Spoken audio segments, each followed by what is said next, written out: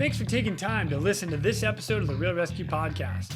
Take a minute to go to therealresq.com to check out these and other great deals from our sponsors here at the Real ResQ. This episode of the Real ResQ podcast is brought to you by Breeze Eastern, the world's only dedicated helicopter hoist and winch provider. Axness, because when lives are at stake and conditions are challenging, clear communication is of the utmost importance. SR3 Rescue Concepts, because you don't know what you don't know. And RescueSwimmerShop.com, official high-quality apparel featuring the silhouette. Breeze Eastern, they dedicate themselves to our helicopter rescue world. Since the very first helicopter rescue in November of 1945, Breeze Eastern has designed and manufactured superior rescue hoist solutions. While much of the technology and the unique mission requirements have changed over the past 75 years, their commitment to the rescuers, the operators, and those being rescued has not. Contact them today by visiting them at breeze-eastern.com. The Axness PNG wireless ICS system can bring cutting-edge wireless intercommunication system technology to any aircraft. The PNG system can be fully integrated into an existing ICS system or can be carried on and off as a mobile base station. They can go anywhere at any time on any aircraft. Plus, with the strongest and most robust waterproofed handheld on the market, this system can take a hit and keep working. Their wireless intercom systems are designed to enhance situational awareness through improved communication capability. This system brings superior noise-canceling technology to eliminate rotor wash and engine noise from your ICS. The Axness PNG wireless system is currently deployed in more than 1,800 public safety, air ambulance, and search and rescue aircrafts worldwide. I have personally used the Axness system in 4 different countries and on 5 different airframes. It is awesome. If you want more information, contact them today at axness.com. That's AXNES.com. You just make sure you tell them Cooney sent me. SR3 Rescue Concepts is a training company that can help your helicopter training. They train daytime, nighttime, aerial firefighting, hoist, longline, fast rope, rappel, and more. They can assist your program with standardization and safety checks or just an FAA annual refresher. With the certified flight instructor pilots and experienced crew, they are ready to help your agency keep up to date with current techniques, rules, regulations, and equipment. Plus, right now, SR3 is offering 10% off anything in their web store with the promo code, all capital letters, Real ResQ, REALRESQ. Plus, they are offering another 10% from their partners Petzl and their equipment. All you got to do is send an email to info@sr3rescueconcepts.com. Mention this podcast, the Real ResQ podcast, and they'll take care of the rest. And 15 years ago, photographer and Coast Guard rescue swimmer number 526, Chris Razok, created an iconic photograph. This photograph depicted the silhouette of a helicopter rescue swimmer reaching down for an outstretched hand in need against the American flag backdrop. The image went viral and became a symbol worldwide for the rescue community and the people they help. Its wild popularity inspired Chris to launch RescueSwimmerShop.com, a web store offering official high-quality apparel featuring his evocative image, the silhouette. T-shirts, hats, patches, and stickers featuring the silhouette are available at RescueSwimmerShop.com, including the flagship design So Others May Live. Follow Chris and his story on Instagram with the handle @RescueSwimmerShop. And if you are a rescue swimmer, support rescue swimmers, or just tell people you are one at the bar, this gear is definitely for you. When you get to the website, RescueSwimmerShop.com, enter the promo code, all lowercase, one word, RESCUE, RESCUE, for 10% off your order.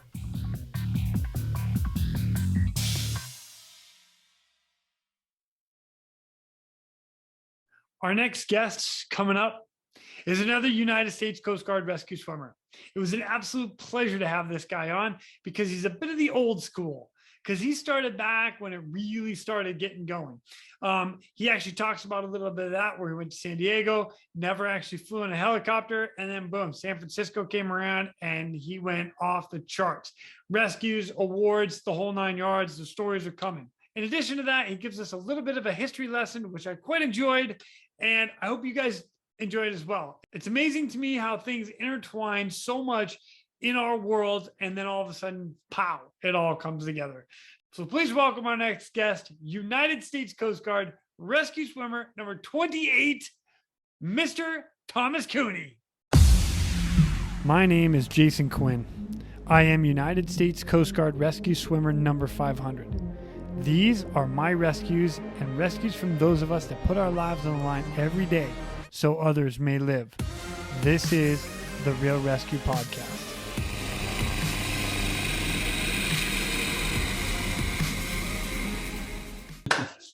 Yep.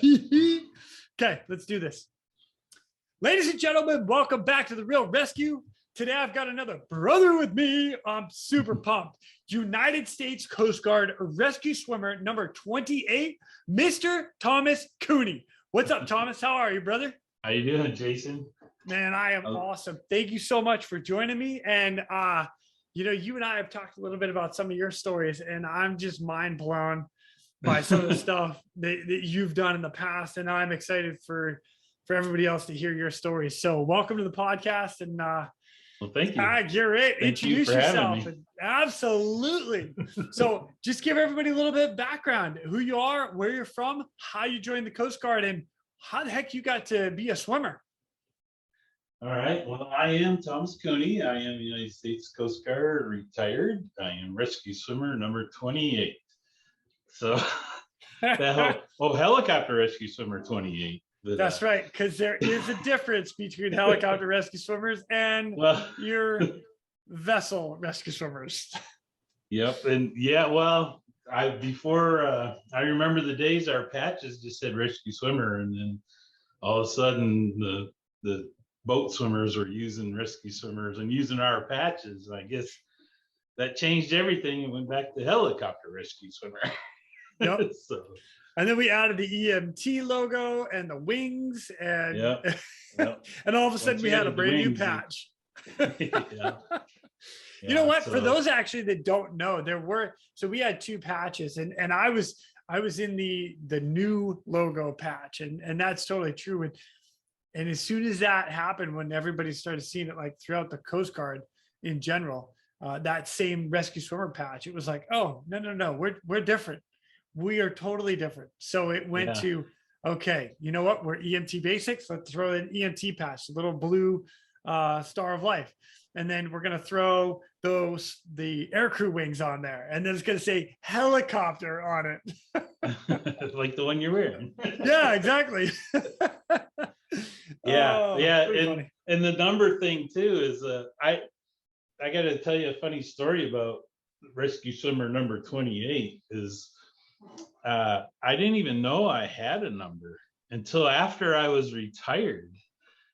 What? I went to a memorial for Coast Guard 1705, which is the C-130 that crashed in Sacramento. Oh, quite a while ago.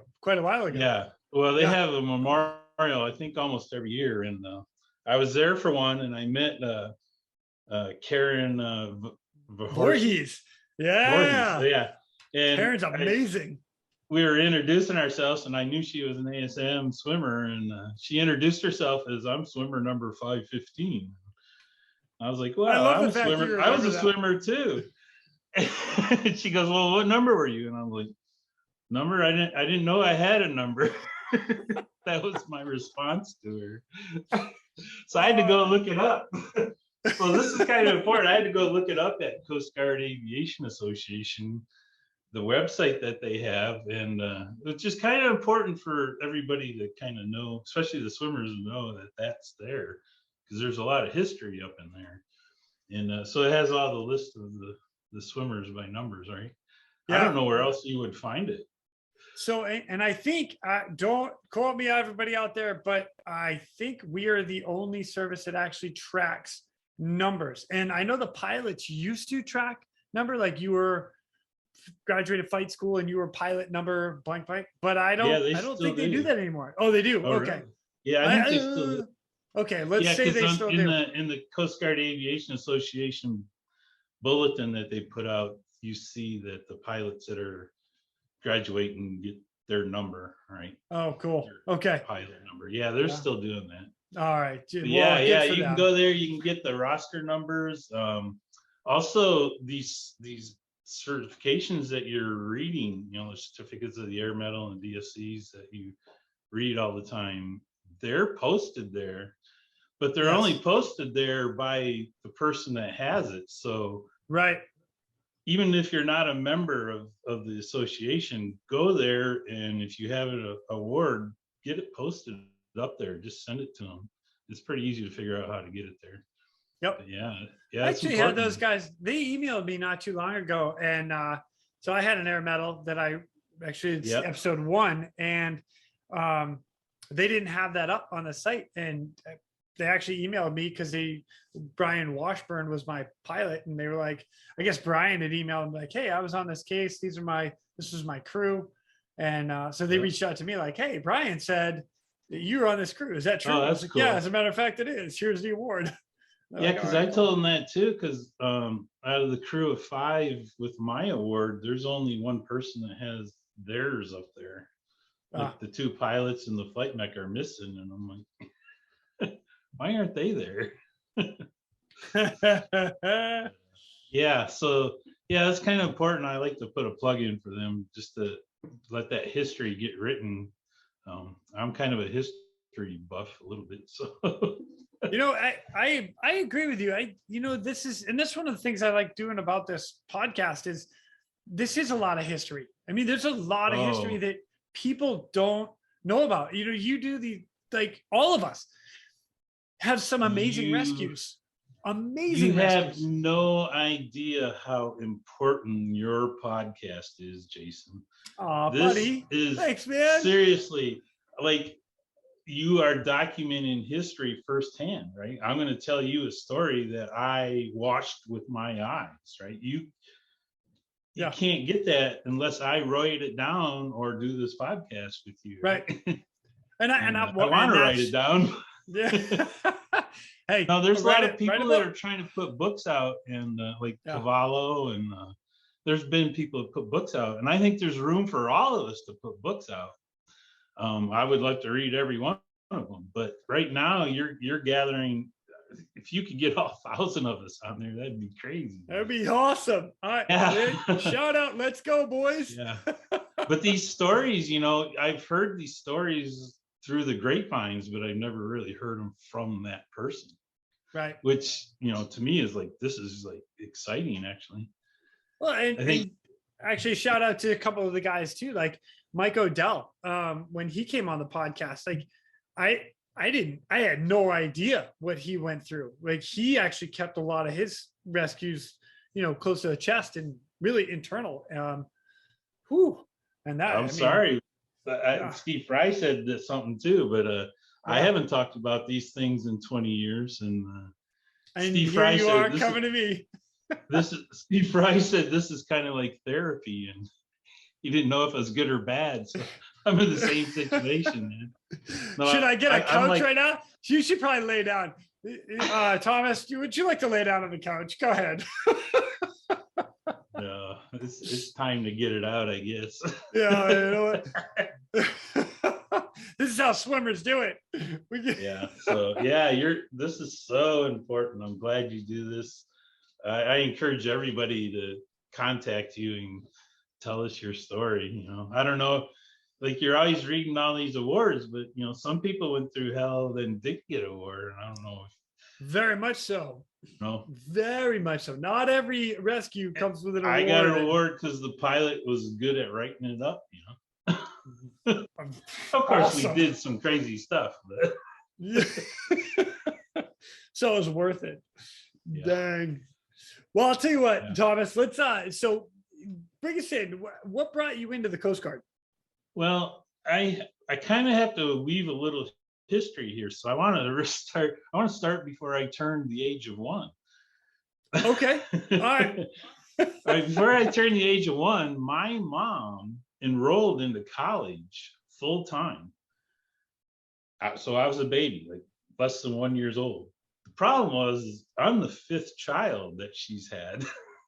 I'm the baby of 5, and Nice. so she's going off to college, and she went to Central Michigan University, and I say they owe me a degree because I sat on her lap for 4 years while she got her degrees. Yeah, but you didn't take the test. Doesn't count. Oh, come on.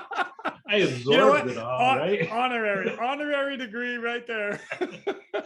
Anyway, so when I was going to college after I retired, my mom kept saying, yeah, I used to take 21 credits every semester. And I'm like, it never really dawned on me. I knew what she was saying, but like, okay, 21 credits, that's incredible, right? Yeah. And my brother kept, he told me recently, like in the last 5 years or so, yeah, she graduated early. And I just talked to my sister, and she goes, yeah, she graduated early. She graduated after 4 years with her master's degree.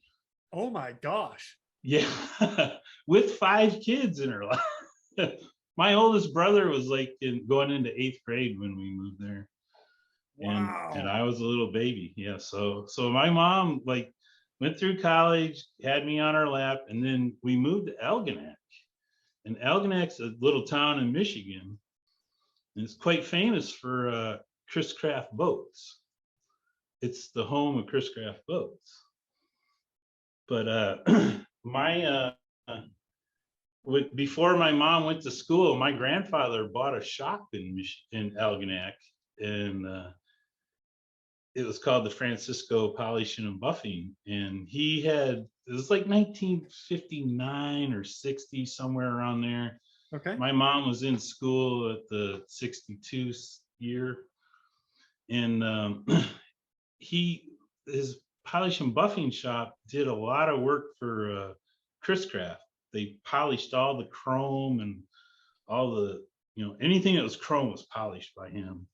And he did a lot of car parts too in Detroit. But yeah, my grandpa had a big connection to Chris Craft boats. And he had money. He lived on the river, had a nice house and boathouse and a boat. And we got to go to grandma and grandpa's house to play a lot. That's always a good time. But my mom, when she graduated, we moved to that town, to Algonac, to where my grandfather lived. And of course, we didn't have money. My mom was a teacher. She became a teacher. And my dad was a barber. And my dad got her through college cutting hair in Mount Pleasant. And we moved to Algonac, and he kept cutting hair. He learned that trade in the Navy when he was serving. Wow. And so we never had a lot of money. My grandfather helped us because he owned a bunch of houses, and we got to rent the house from him. He didn't just give it to us. He made them pay rent and stuff. But I do the same thing for my kids too. You owe me money. Yep. The first house we lived in was on a canal, and I call it the canal house. And we lived there pretty much my elementary years. And it was 1966 we moved there. And if you listen to your podcast that you did with Lonnie Mixon. Oh yeah, Lonnie Mixon, episode 32. 32. I got to tell you something about Lonnie Mixon. For the last decade at work, I used to have a wall of fame. Like I had my little air medal thing up there, and I couldn't just leave it up there, by myself. So I had to put some famous coasties up there in case somebody came by and asked about it. And of course, number one is, Douglas Monroe, because every coastie has to know who Douglas Monroe is, That's right. The only Medal of Honor coastie. That's right? it. Yes, so he's sir. on top, right? And then if you go to the Coast Guard Aviation Association, they're all aviation, they're mostly all aviation medals. There's a couple of Douglas Monroes in there. But I'm looking at them, and there's one guy that just catches my eye. I think he had 3 DFCs. His name was Lieutenant, well, of course he made rank, but Joseph Crow. Okay. Joe Crow. The name just caught me, Joe Crow. He has 3 DFCs. Wow. And, Vietnam era. So he was like, one of them says he was in Southeast Asia. It doesn't say where he's at. And another one says he was actually in Cambodia. And, so he crossed the fence. We're not supposed to be in Cambodia, right? Right. On Jocko's podcast, he's got a couple guys that talk about being across the fence, being on the other side, and then having to call the Jolly Greens to go get the boys out of harm's way because they were on the wrong side at the moment. And I can't remember what he was flying there, but that just caught me because obviously when you sort them, he's got 3 DFCs. How many people have 3 DFCs, right? Yeah. So then the other, that's 2 people I had up there, Douglas Monroe and Joe Crow. The third one I put up there was Lonnie Mixon. And Lonnie's stories are amazing. He has a Silver Star. It's yes, sir. Like, it's higher than your DFC, dude. Yes, sir. And he went into North Vietnam to rescue somebody or crew or whatever. Yep. And that's how he got that Silver Star. So if you listen to his podcast, he said in 1966, I went to Detroit to open up Air Station Detroit. Well, Air Station Detroit is in Southbridge Air National Guard field. And he talks about they put him in the corner in some warehouse that they weren't using. It's still kind of over in the corner in the warehouse that nobody's using. But Southbridge Field, especially at the time that we moved there, it was huge. They had C-130s flying everywhere all the time. And they had, the big airfield light, and we could see it from my grandpa's house. Okay. The airfield light. It's like 12 miles straight across the lake to Southbridge Air Force Base or airfield. And then there was an island in between, so you had to have a clear day to see over the island and not have fog up above to see the light flash by all the time. So we could actually, from my grandparents' house, see Southbridge Field, and all the planes flying around. Well, 1966, we moved there. And Lonnie Mixon moves there. Wow, what a trip. But here's the thing is, I'm going to get back to that canal house. And, but we used to also live in that river house. And I was talking to my brother about an incident on the ice. And actually I was talking to him about Lonnie Mixon opening up the air station. He goes, oh, well, that's about the time that we got rescued by the Coast Guard helicopter. And I'm like, what? Because me and my friends got on an iceberg, and the river curved. We were supposed to go into the curve and land on some dock, right, and get off. Yeah. But the wind blew the iceberg across the river, and they ended up out in the lake. And the Coast Guard helicopter had to come save them. Oh my gosh. I was laughing because I never heard that story before. And I was just about ready to tell him about the time that I rode an iceberg. And I was laughing so hard, not because he got saved by the Coast Guard, but because when I rode the iceberg, we had to get rescued by the fire department. And my dad was standing on shore when the fire department brought us in a boat. They had to get a boat out there and save us.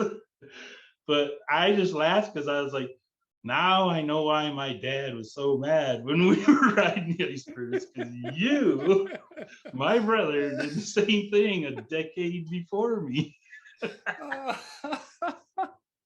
But gosh. So we back at the canal.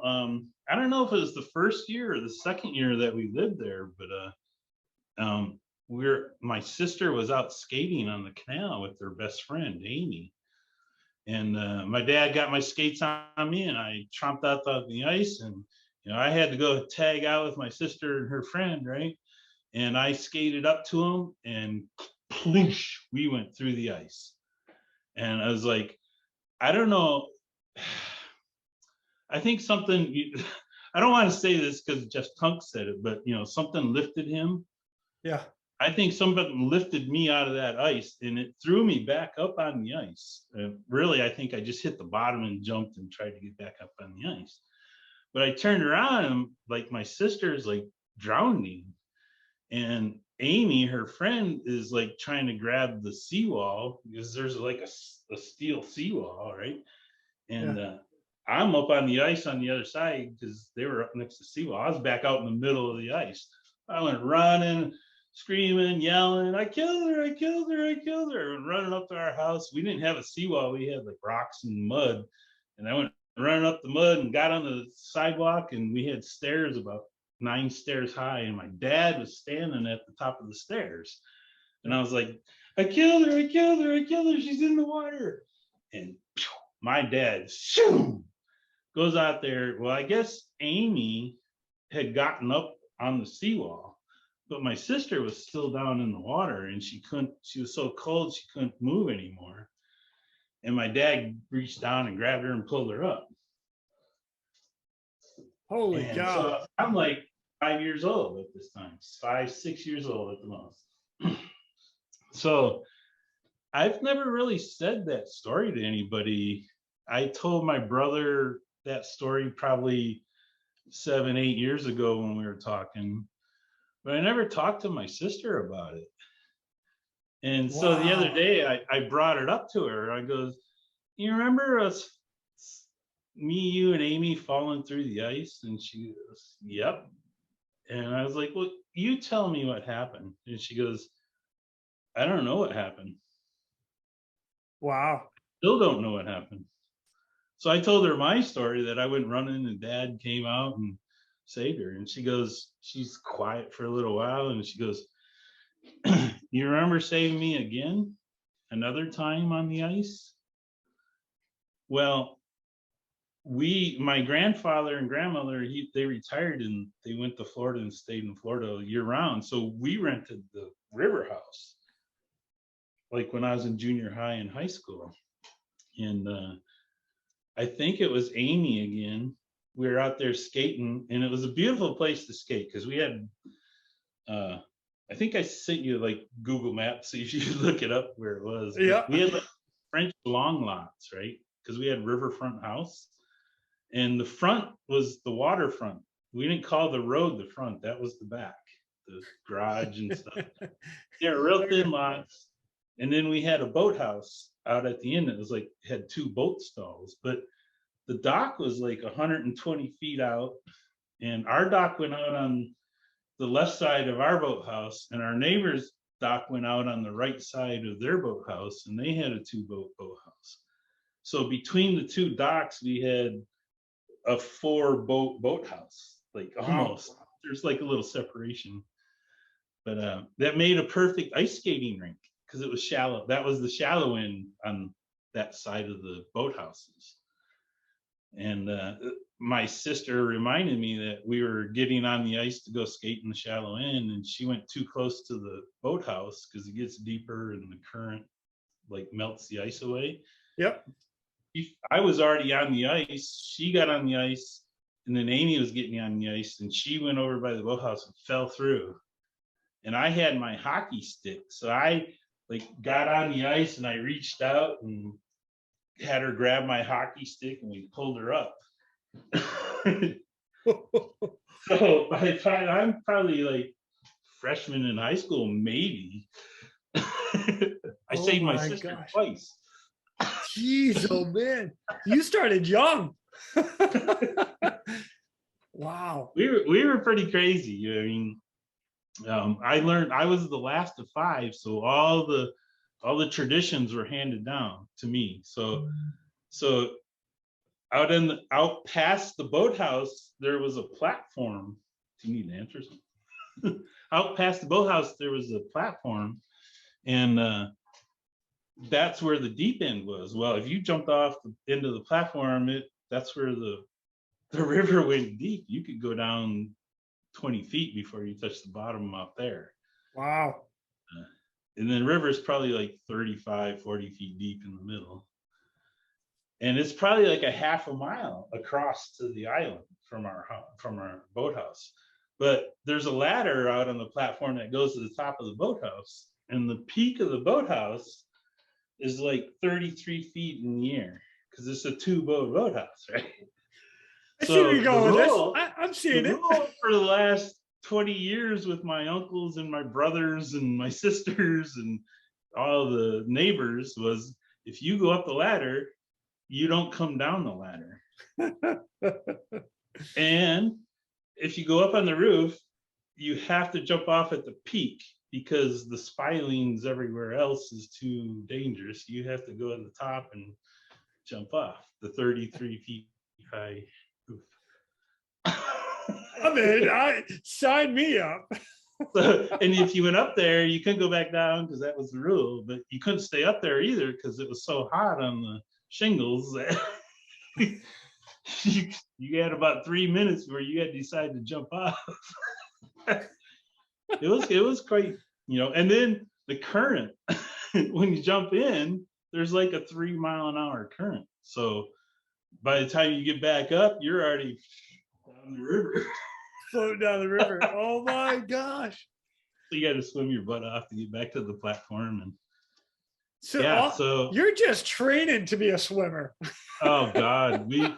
I don't know if I spent more time in the water in the summer or the winter.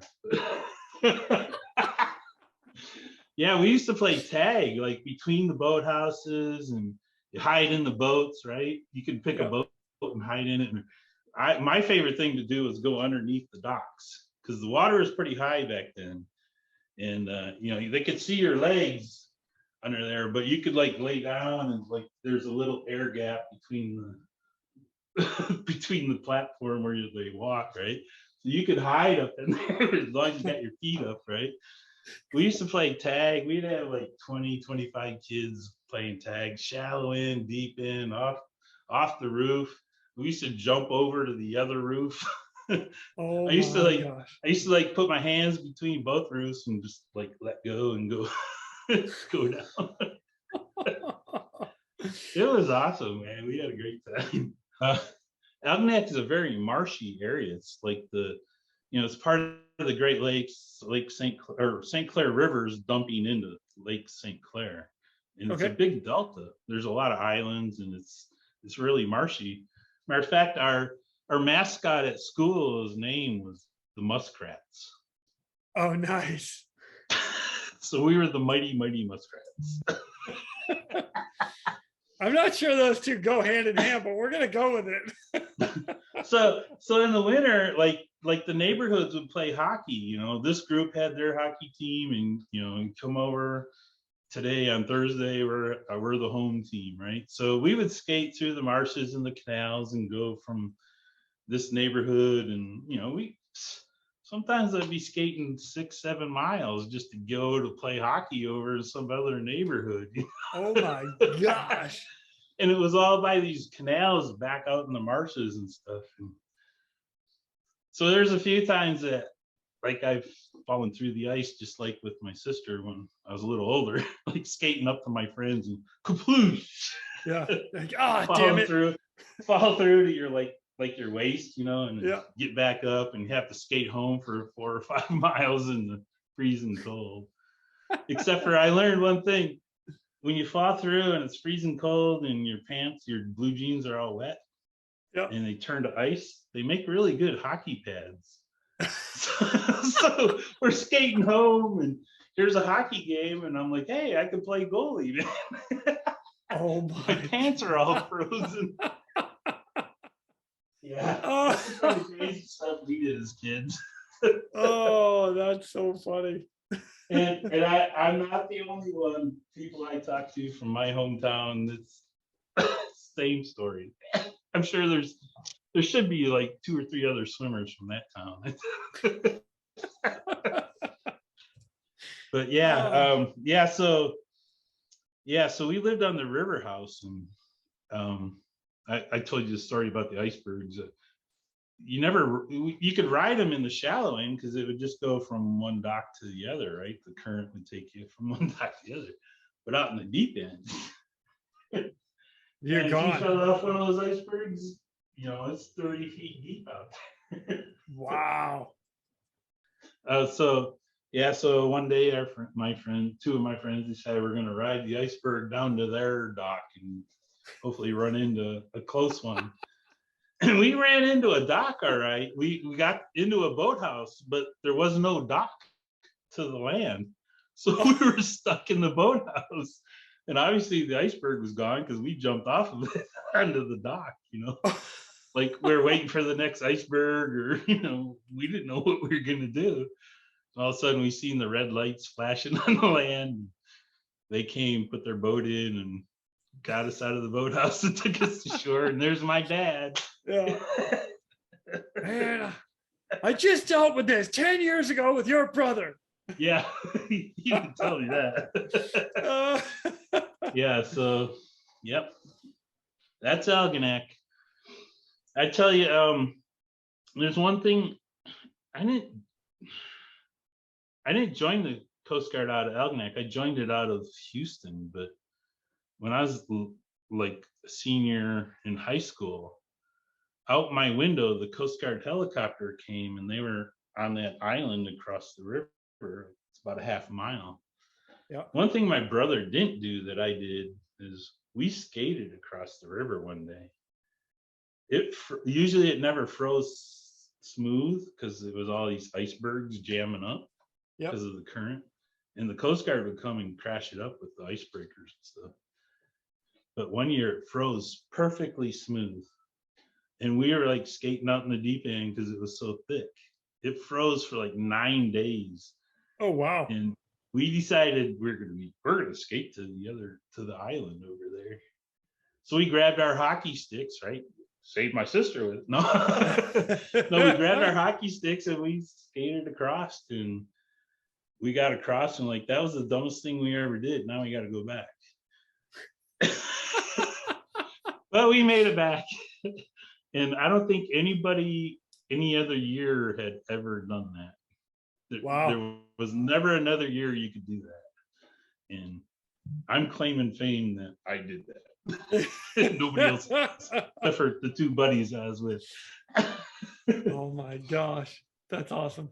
Yeah, so later when I was a senior, I was looking out the window, and the Coast Guard, a rainy, crappy day, and the Coast Guard's hovering over the island over there. And I found out they were there for like an hour and a half or so. I don't know. And then they didn't move very far the whole time. Well, I found out the next day that they recovered a body of one of my former boss's son. And that always stuck in my mind. The picture of the 52 hovering over there. I just sat there and watched it for the whole time. Yeah. Found out it was my boss's son, which he was I knew him, but he wasn't a great friend, but it was like, that was a big loss for our city, that Stan Lipinski lost his life, and the Coast Guard recovered him. He was out there trapping muskrats. Wow. They were worth a lot of money, but he must have fell out of his boat and drowned out there. So yeah, that's so you had a lot of exposure to the Coast Guard while you were there, between the helicopters rolling out and icebreakers coming through. So it's like those little innuendos, like, hey, look, Coast Guard. Hey, look, Coast Guard. Hey, look, Coast Guard. My grandfather took that canal house, and it used to be a duplex before we moved in. He made it a one house, but when we moved out, he changed it back to a duplex. And eventually we moved back there, right my senior year or something. And the people that rented the downstairs were coasties at a small boat station on Harson's Island. And that small boat station's not there anymore. And my mom and her friends were all auxiliaries. Oh, wow. So, God, you had Coast Guard in the blood all the way. I know your grandfather was Navy, but Like, or yeah, sorry, your Well, dad. my Your dad was Navy, Yeah. right? So your dad was Navy, but So, it was Coast Guard all the way. it made it easy though, because I told you I didn't recruit out of Michigan. I recruited out of Houston. Yep. And I walked into the building down in Houston, in the federal building, and it's huge. It's like Grand Central Station, man. And the 5 recruiting offices are right next to each other. And I got there, and they're all like, every one of them, the Marines, the Army, the Navy, and the Air Force, they're all packed, right? And people are, and then the Coast Guard ones at the end, and it's like nice and quiet down there. So it's like, hey, I know the Coast Guard. So there I go. I signed up, and the next day that night I told my friend, and he's like, why didn't you tell me? And I was like, I would have signed up with you. So the next day we were back there in the morning, and he's signing up. And so we were supposed to go off to boot camp together. But I had ear problems, and I had to delay for like 5 months to get my ears cleared up. And so your buddy went, he had he was already through A school before I came Oh in. my gosh. Yeah, he became a radio man. Got sent to Alaska, and then yeah, so I joined when I finally went to boot camp. I arrived February 7th, 1983. Wow. About 5 days later, one of the biggest things in Coast Guard history happened. I was at boot camp for 5 days, and you're talking about the case that happened off Elizabeth City, North Carolina. Actually, it was just off Virginia Beach area. So like between the two, but that was a day that they lost 22 people, and Congress came back and said, Coast Guard, why couldn't you save them? And they're like, well, we don't have a rescue swimmer. And they're like, why don't you have rescue swimmers? And then poof, the US Coast Guard was mandated by Congress to create the rescue swimmer program. Yep. All because of the Marine Electric. That's right. And as a matter of fact, for everybody that doesn't know that full story, I actually did an asterisk episode on that case, and we kind of review that. It's an amazing story. And crazy. Yeah, and it's like, what's kind of cool about it is the fact that that's a poor choice of words. It was tragedy that turned into what we have today. So yeah, like the lives lost. I think it was 22 people that lost their lives that day. The thousands that have been saved since then.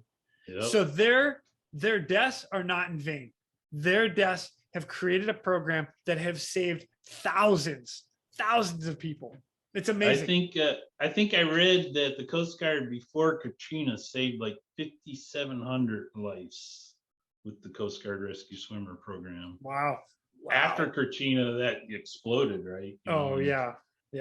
So yeah, the countless lives saved because of the Marine Electric. Yeah. It's a great book. It's a great story. Please go check it out. Yeah. There's all kinds of things. There's something on I think the History Channel.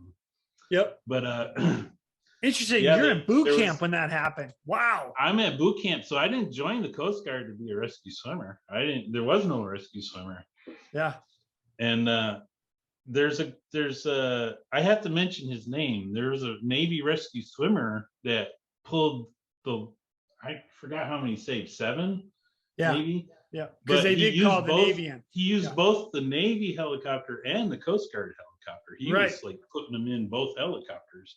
His name was John McCann, I think. I know his last name was McCann, but yeah. I'm getting all these swimmers on there. That would be cool. Yeah. I don't know if he's still alive or not, but oh, I'd love to have that story. My gosh. Yeah. So anyway, the Marine Electric happened. Well, anyway, at boot camp, I didn't even know any about it because they didn't tell us. We were just getting our hair cut, marching around the field by that time. Hair gets buzzed and yeah, so I could talk forever about boot camp, but the one thing I have at boot camp is my billet pick. I never volunteered for anything. Somebody told me don't volunteer to be CC or company commander. Don't do that stuff, man. Just do what you got to do and get out of there. Yeah. So I was in a big boot camp class. I thought it was like 87 of us when we started.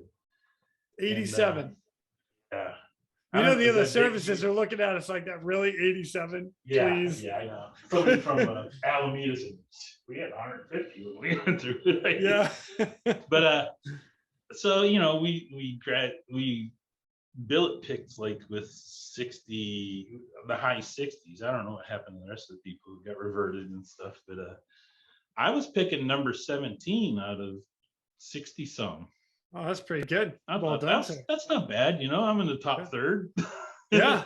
Well, you know who picks first is the CC and the assistant company commander and the yeoman and right, all the people that volunteered. The people that volunteered get to pick first. Don't volunteer for anything, but then I get my first pick. Come on, what the heck? So I'm looking at the billet list, right, and they're picking away, and I'm scratching off the ones they pick, and got to be my pick, and I'm looking at it, and there's two buoy tenders in Oregon, and the rest are all in Alaska, and nobody's taken an Alaska yet. So either I was going to Oregon or I was going to Alaska. So, all right. So I was like, well, I'm going to Alaska, check it out. So the guy called my name, and on that list there was one that he didn't know what they were. They're all acronyms, you know, CGC, you know, Coast Guard Cutter, yeah, right, and stuff, Sherman or whatever. And one of them had handwritten next to it S&Q. I mean, it said "Stay Juneau," and it had handwritten S&Q. And so the guy calls my name, and I was, excuse me, what's this S&Q next to "Stay Juneau"? And he goes, that's substance and quarters. You'll have to live off base. I'll take that. Nice. Okay. So I'm on my way to Alaska, and because of that, after everybody picked and they were leaving, I went up to the senior chief that was doing the billet picking, and I go, well, since I have to live off base, like, how am I going to get from my house or apartment that I got to rent to the base? And he goes, you got a vehicle? I said, yeah, I got a vehicle in Houston. And he goes, well, right, so you come back and see me, I'll write you orders.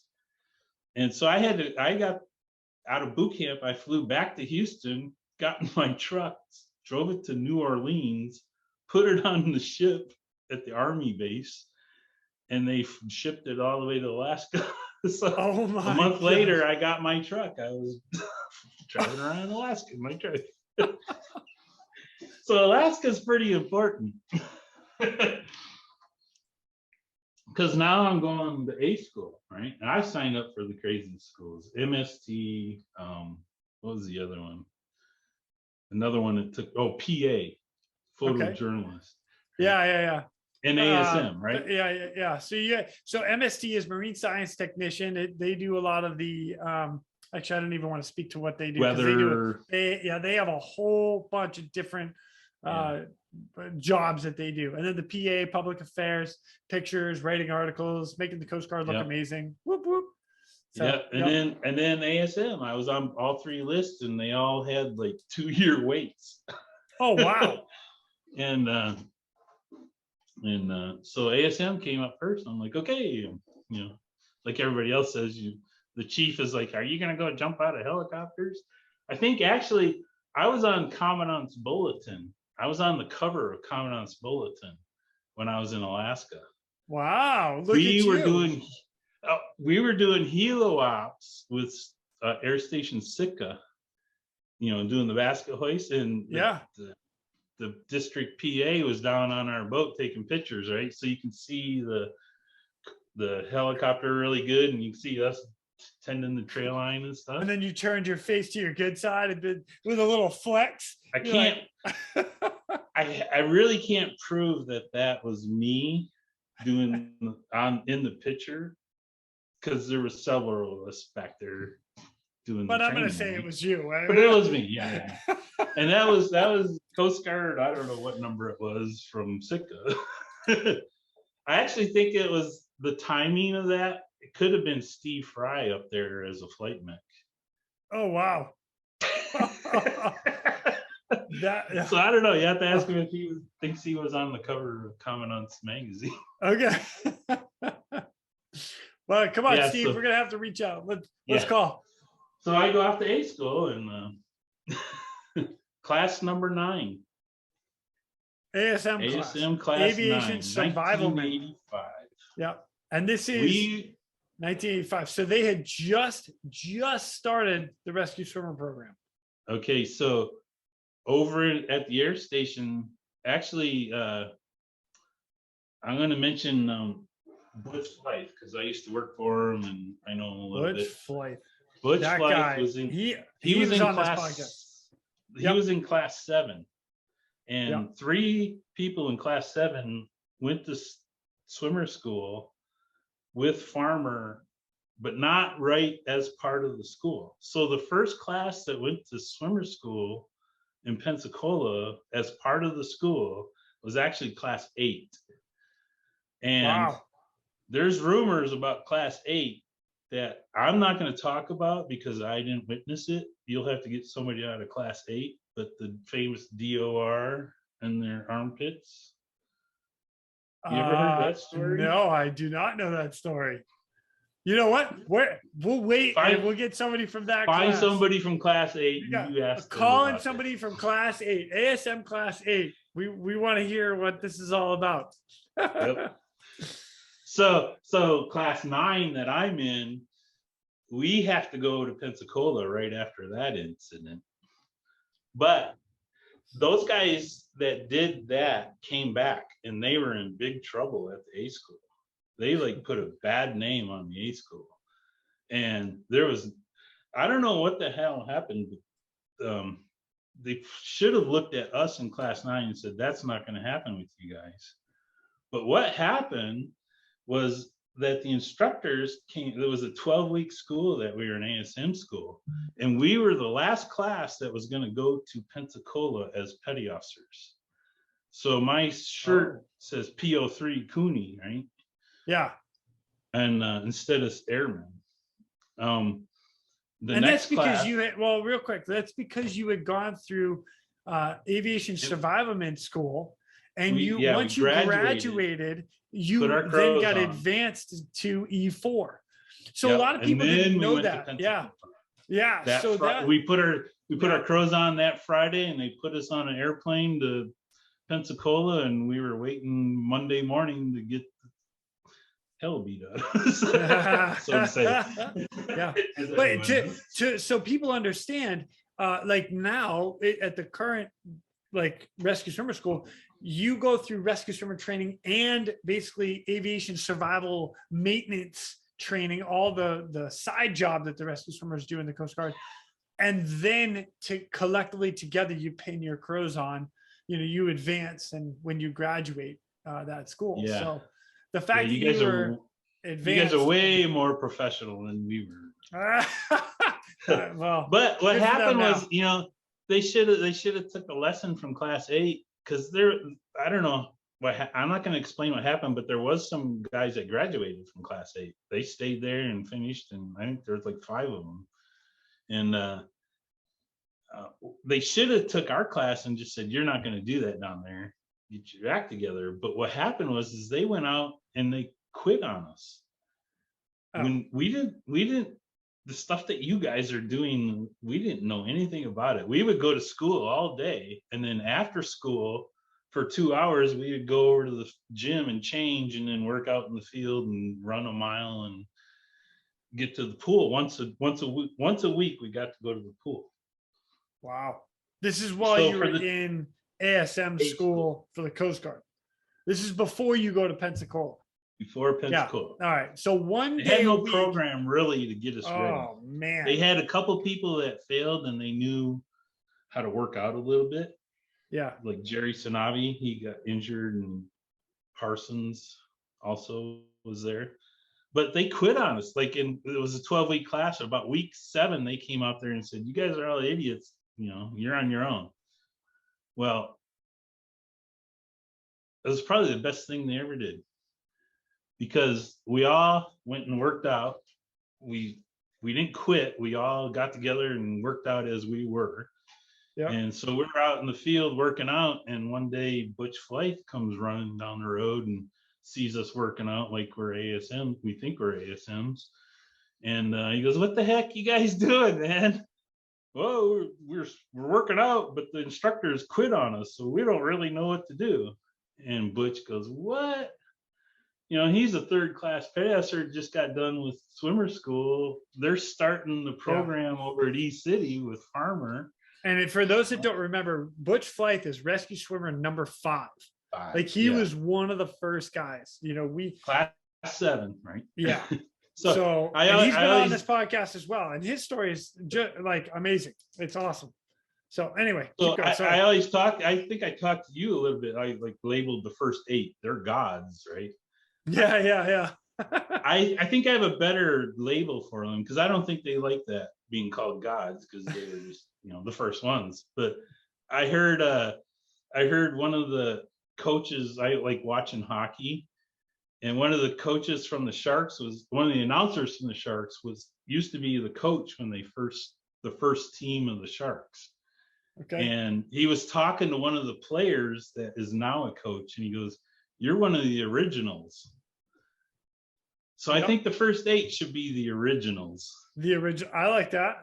Calling them the originals. For sure. Those guys stood duty for like a whole year before anybody else stood duty. They got that program going in East City, and the second air station was San Francisco a year later, more than a year later.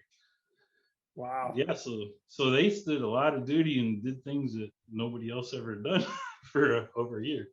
Yeah. So Butch Flight, he runs down there and he goes, "I'm gonna work you guys out. I'll get you ready for Pensacola. I'll show you what you gotta do." Oh man, go seriously, Butch. Man.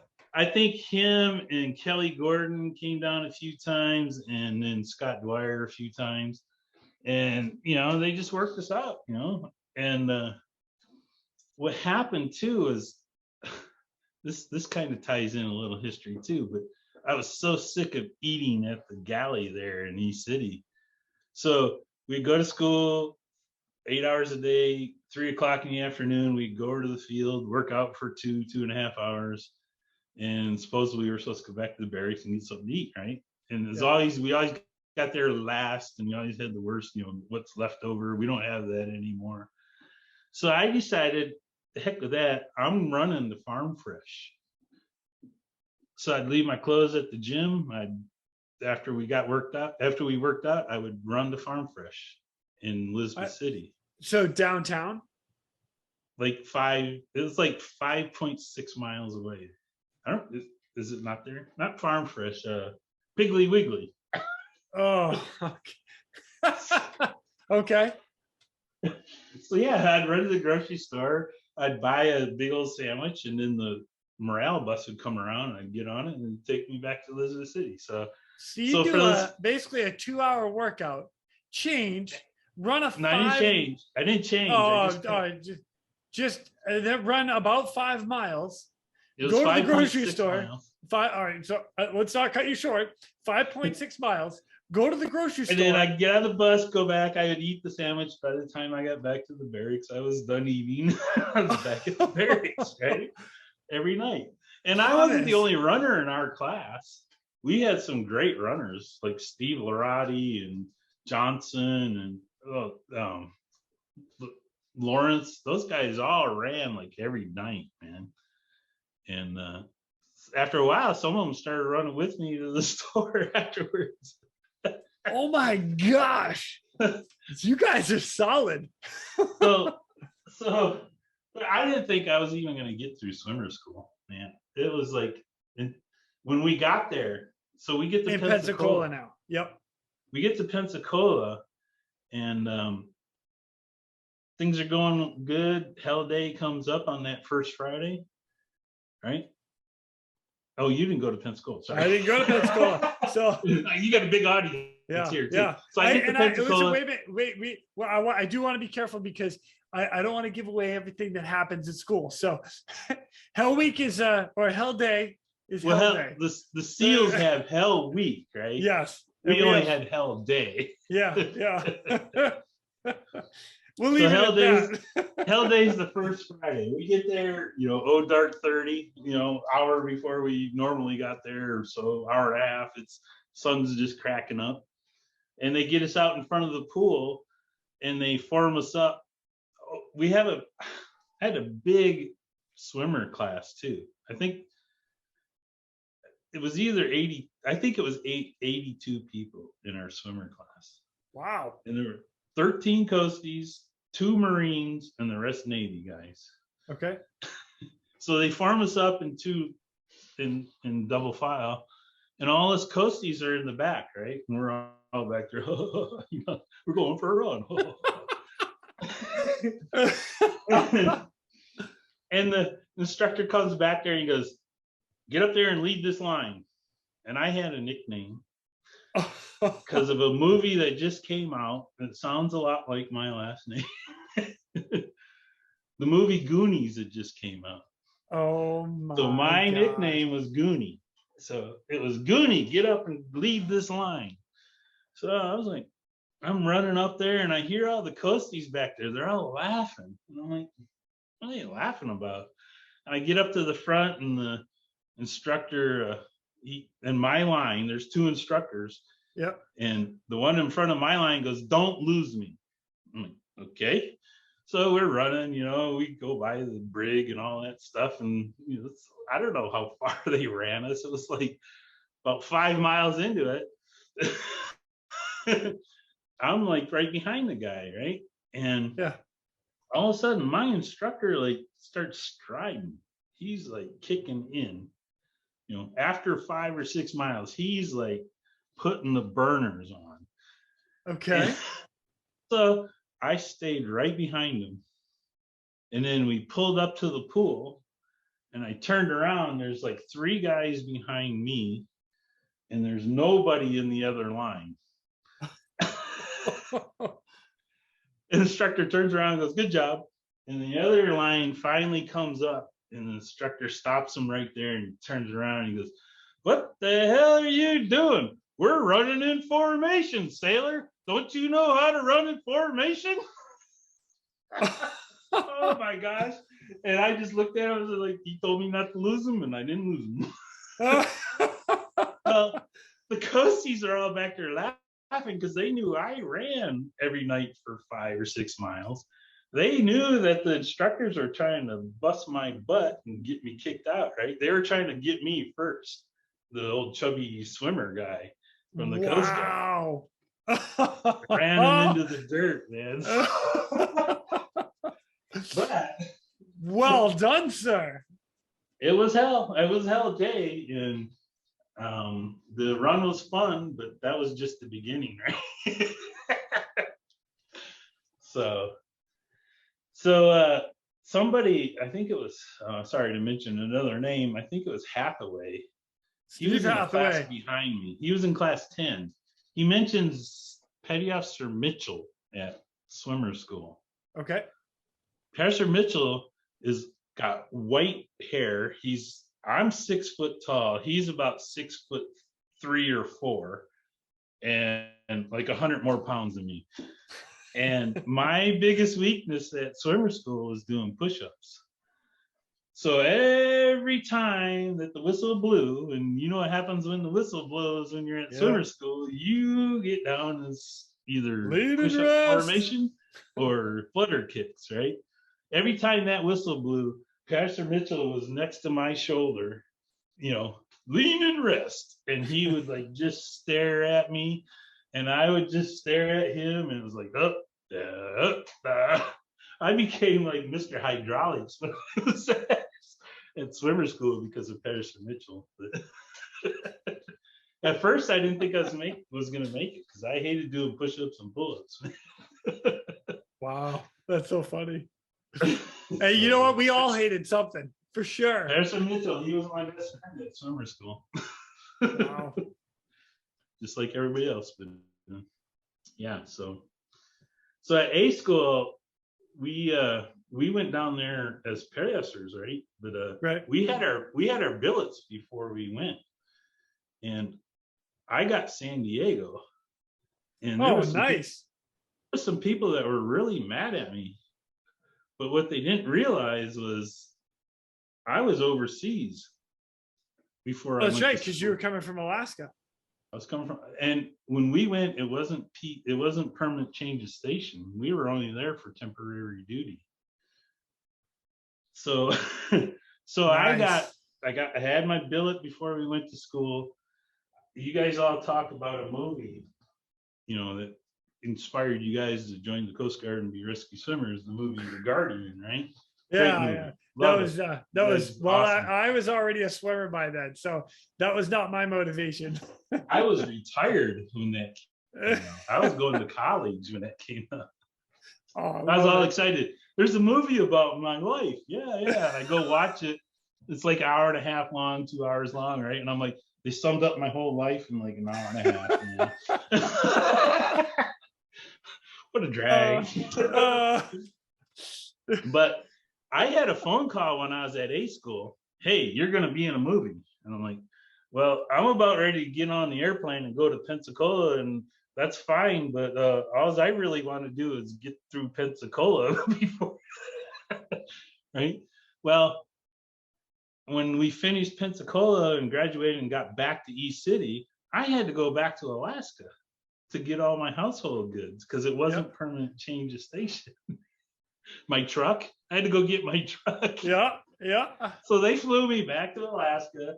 I took like 30 days off. They gave me, I had like 15 days to go to Alaska and get to San Diego. And then I took 30 days off. And so I get to San Diego. I'm the first rescue swimmer that shows up at the air station. And Senior Chief Burns, Larry Burns, was there. Okay. Welcome aboard, man. He takes me through the ASM shop doors. There's the ASM shop. There's a couple double doors on the other side. There's the H3s in there. They're all in the hangar. He walks me back out the front door and he goes, see that plane over there against the blast fence? He goes, you're going to get to know that. So I didn't even fly on helicopters. I got to San Diego and I was a drop master on this Falcon, HU-25 Falcon. Yeah, we actually talked about that quite a bit here in some of our previous episodes, that when the rescue swimmer program started, they were not on board, like the Coast Guard in general, air stations, pilots, air crew members. They were like, we don't need swimmers. I didn't need them before. I don't need them now. So it took a long time to really get swimmers implemented. So, and plus it was slow to get them ramped up. Like I said, it took a year before they got to the second station. Right. And then they started doing all the H3 places. Well, we had H3s when I got to San Diego, and I never even flew in one. Well, you were in San Diego? I never flew in a helicopter. I was a drop master extraordinaire, man. I was like an instructor, and I made second class. They made me stand board, station stand board member. And you could have called me an AD, man. I was over in the AD shop on the Falcon side, changing engines and up in the hill. And yeah, I didn't have anything to do with helicopters until we sent our H3s to San Francisco in '86. Right after they implemented in the H-52s. I think they were the only station that implemented the 52s as rescue swimmers. But we gave them the H3s, and we got the brand new H-65s. Oh God, they were like beautiful, brand new pieces of plastic, right? And they started flying us as EMTs. So I started flying the helicopters as an EMT in San Diego. And these beautiful new, like, whistle pigs, yeah. Oh God, I had vertigo one day, man, because all the gadgets, and we were out flying to San Clemente Island, and I couldn't see nothing but black in all the dash digital cubes, And the pilots actually got vertigo. Everything. They actually got vertigo, man. If we didn't come up on the island, we were gonna crash. Oh wow. Yeah, but the lights from the island kind of straightened us out, and oh man. But so I'm in San Diego and I make second class, and I'm flying in the Falcons, having a good time, and all of a sudden, hey, you're going to San Francisco. I got a call from the the movie thing. I show up in San Diego, and I was supposed to have been in Top Gun. You gotta let him go, sir. Wait a minute. That was supposed to be you? Oh, that's what they called me and said. But I took too much time off, and I missed the movie. Dang it! You have to talk to somebody else about who did the movie. Just for like Coast Guard rescue swimmers. I missed it. If I would have known, I wouldn't have not taken 30 days off. Oh, that's hilarious. Yeah, I mean, other than the movie The Guardian, that is like the scene for Coast Guard rescue swimmers. Like, H3 rolls in, jumps out. What are you talking about? Everybody knows wrong. All right. Those two, like, one's greater than the other because it's all about the Coast Guard, and then the little one with the Navy's, it has the Coast Guard.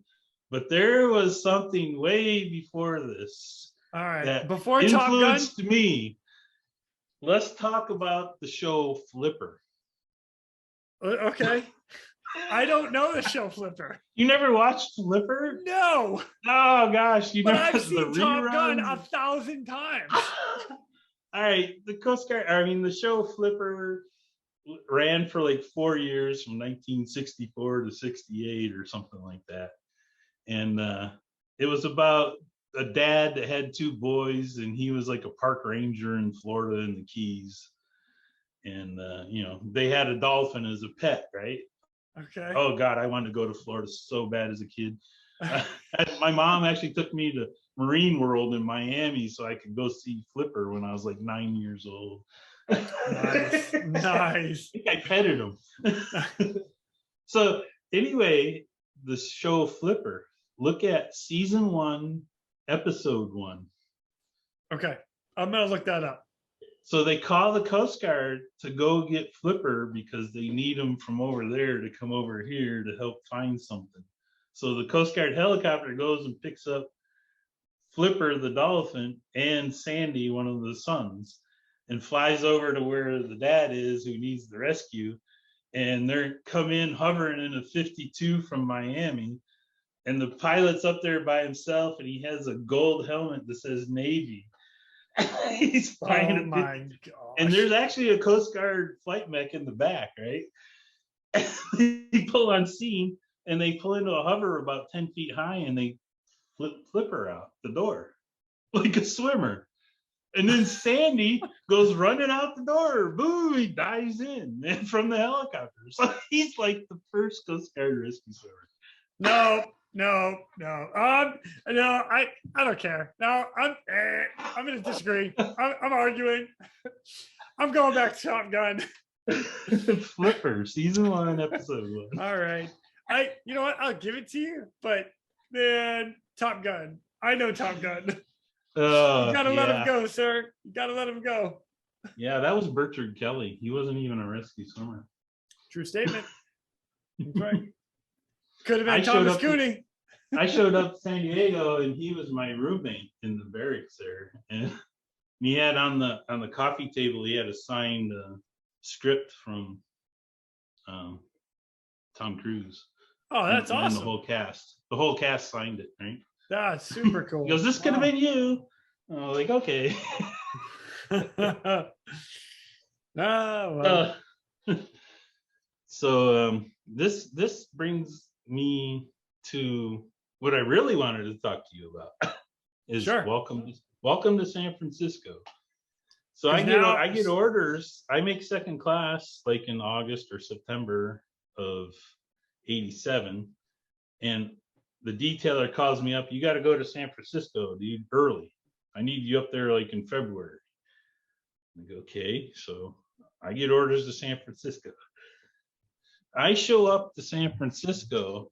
Steve Fry is the first class petty officer there running the shop. The chief is the chief that was my instructor back in A school. Oh. Who was a first class then, who hated rescue swimmers. He's the one that quit on us. And and he didn't want anything to do with the swimmers in San Francisco when we were there. So Steve Fry was on his own. He ran that shop. He ran the whole swimmer program. I show up, and there's 4 guys there. Okay. Standing the duty in H3s. Wow. 4. Oh yeah. Yeah, that's rough. It was murder. It was murder. I got sent there. That's crazy. One of you the know guys what? Actually, I remember Steve Fry talking about that. So he was actually on this podcast as well, and he's episode 60. But I do remember him talking about that. Like they were 1 and 4, and when you're talking 1 and 4, you're on duty for 24 hours, and then you come off, but you still got to go to work the other 2 days, and then you're back on duty for another 24. Ooh. Yeah, I got shipped up there early because one of the guys got kicked out of the Coast Guard. So then they're 1 and 3s, and they need a guy now that's been through swimmer school. No, they were down. They got down to 1 and 4. Oh, gotcha. When I showed up, it was like, oh, thank you. It wasn't like, thank you, you're here. It's like, get your suit on. We're going for your stand check. Oh, right? Wow. I think in 2 days, I finished my 6 flights. I went for a flight in the morning, a flight in the afternoon, an evening flight, and then the next day, a flight in the morning, flight in the afternoon, and then a night flight. I was qualified in 2 days. Jeez, oh man. And then it was like, okay, now you can stand the duty with us. Wow. Yeah. Yes, please. It was kind of funny because I had never jumped out of a helicopter, not even in Pensacola. Well, Pensacola, they didn't do, like, you guys jumped off the tower, but they didn't have a helicopter training. No, they had a helicopter day, like the day before you graduated. Oh, okay. But we didn't get to do that because a hurricane hit us. Oh, jeez. Okay. So we were stuck in the barracks for 3 days during a hurricane. And so you didn't get the opportunity to jump out of the helicopter in A school or in I never school. Jumped in San Diego, right? Because you actually on a helicopter. Once.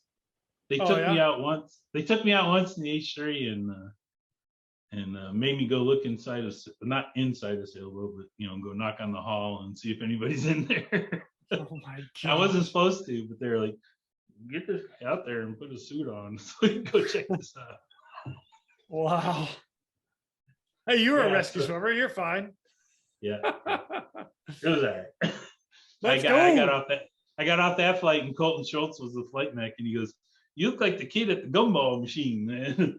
Thanks for the gum. He goes, "Thanks for the gumball." And I'm like, "What?" He goes, "You look like the kid at the gumball machine, waiting for the gumball to drop." I was like, "Yeah, I got to jump out of the helicopter." Oh my gosh. Yeah, so I get to San Francisco, and it's a culture shock, man. It's like, get your butt together, and you're standing duty, dude. Yeah.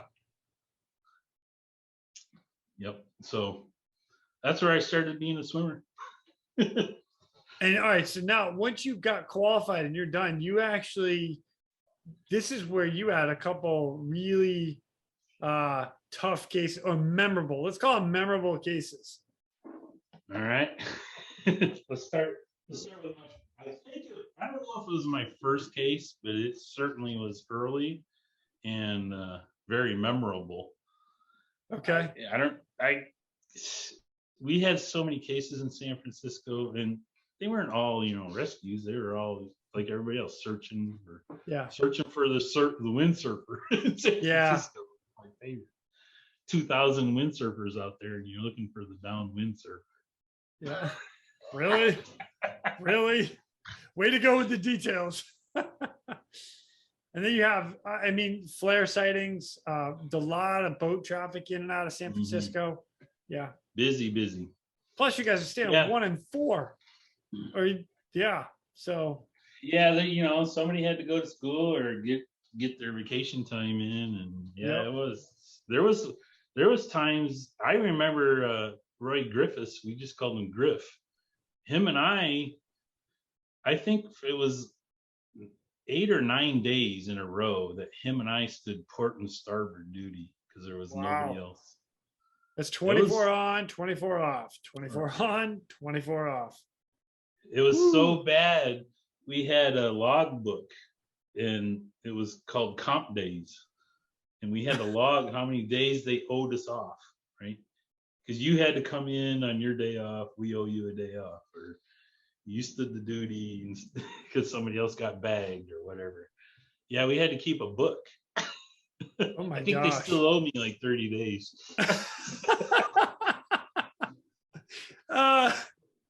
There was a while you didn't go to work except for to stay in duty. Wow. Eventually we started getting some A schoolers and people from other air stations. Yep. Yeah. It was murder. I don't know how Steve Fry did it. Man, I mean, he started that program. He was there for 7 years. He started that program in the 52s. They changed. So not only did they have to train themselves, the pilots and the crewmen, but they switched airframes like a year later. So they had to redo it all because of the H3. And then they got so low and thin on people that, like, you didn't, back then, that's all you did was train. You came in and trained and you stood your duty, right? Yeah. You imagine all the training that was going on with swimmers, like, right. Again, crazy. with an implemented program, you got to get all the pilots up to speed. You got to get all your flight mechanics up to speed. So you guys talk about how there was such a resistance. When I got to San Francisco, it was like they were using the swimmer. Some things must have happened. Part of that was Steve Fry's case, where they got guys. His was in '91, so it was a lot later. Okay, sorry, throwing that out. But there's so many cases that went on there that I'll try to talk about a few of them, but that led to like the Advanced Rescue Swimmer School. And yeah, well, Steve and I talk about that too. Yeah. There was a couple of. There's another one that I want to talk about that kind of led to that too. Okay. So let's go. My first case. Case out of San Francisco that you really San Francisco H3 that really stands out to you, because like you said, I mean, you were flying a lot. So go ahead. We get a call and go to the South Bay, and there's mountains like right next to the bay. So we're over the Fremont Hills, and we got a call that a plane crashed, and it was in the evening. The Bay Area is very populated, so there's all kinds of lighting, the city lighting everywhere around there, except for up on the hills, it's barren. So it's really dark up there. Okay. You can see the city down below. So we were looking for this airplane, and it was hard to find. It took us a while, like an hour and a half on scene to like actually locate it. And it showed up in the night sun, and it looked like a canoe, a big white canoe. But what we were looking at was the wingspan. Oh, wow. Okay. So it was in the plane, that wingspan was in the ground, and the tail was sticking up in the air, and wasn't looking good. Yeah. And I wasn't dressed to go in the water. I was like in my flight suit and my boots and my helmet, right? And I grabbed. We didn't have all the equipment back then, so I grabbed the flashlight off of the SAR board, the L-shaped one that doesn't really work, right?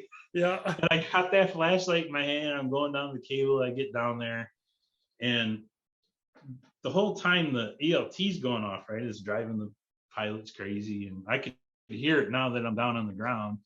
And the pilots are yelling at me, "Can you turn off the ELT?" And I'm like looking at the tail, going, "I don't think so." So the ELT should have been in the tail of the helicopter, or in the tail of the plane, which is like vertical, standing straight up, and probably 10 feet above you. Higher than that even. Yeah. Jeez, oh man. So I get over to the right side of the fuselage, and I can't get the door open. I can't recognize anything. And I'm like, this isn't looking good. So I walk around the aircraft, and I get over to the left door, and I could pull the door open, and on the door, the guy's arm was laying there, and it wasn't attached to his body. It was just oh God. But it was ripped from like his wrist past his elbow on the inside of his arm. Ouch. It was like gaping wide open. I could see the veins on both sides, and there wasn't any blood there. And I'm like, okay. And then I'm like trying to figure out what was going on. Well, he had nosedived that plane in straight down, and the leading edge of the wing had impacted the ground, put an imprint, and like bounced up. So it was like about an inch off the ground. And so it was a two-seater with the engine out front and the prop, and that was all just jammed up into the cabin, up to the leading edge, like stopped it from going farther, right?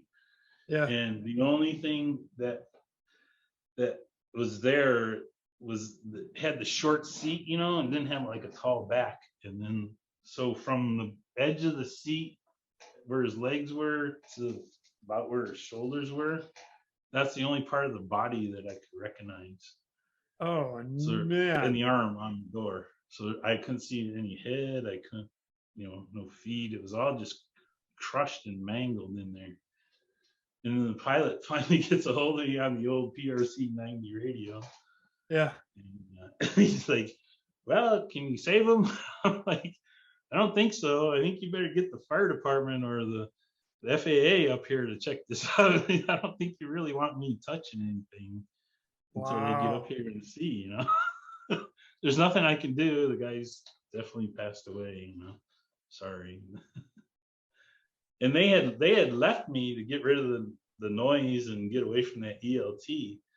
And so now I'm standing up there by myself and I hear these coyotes. I thought they were like right behind me watching me.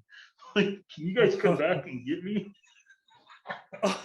Where's that fire department at? Thomas. So yeah, that was weird. When I got back to the air station, it was hard.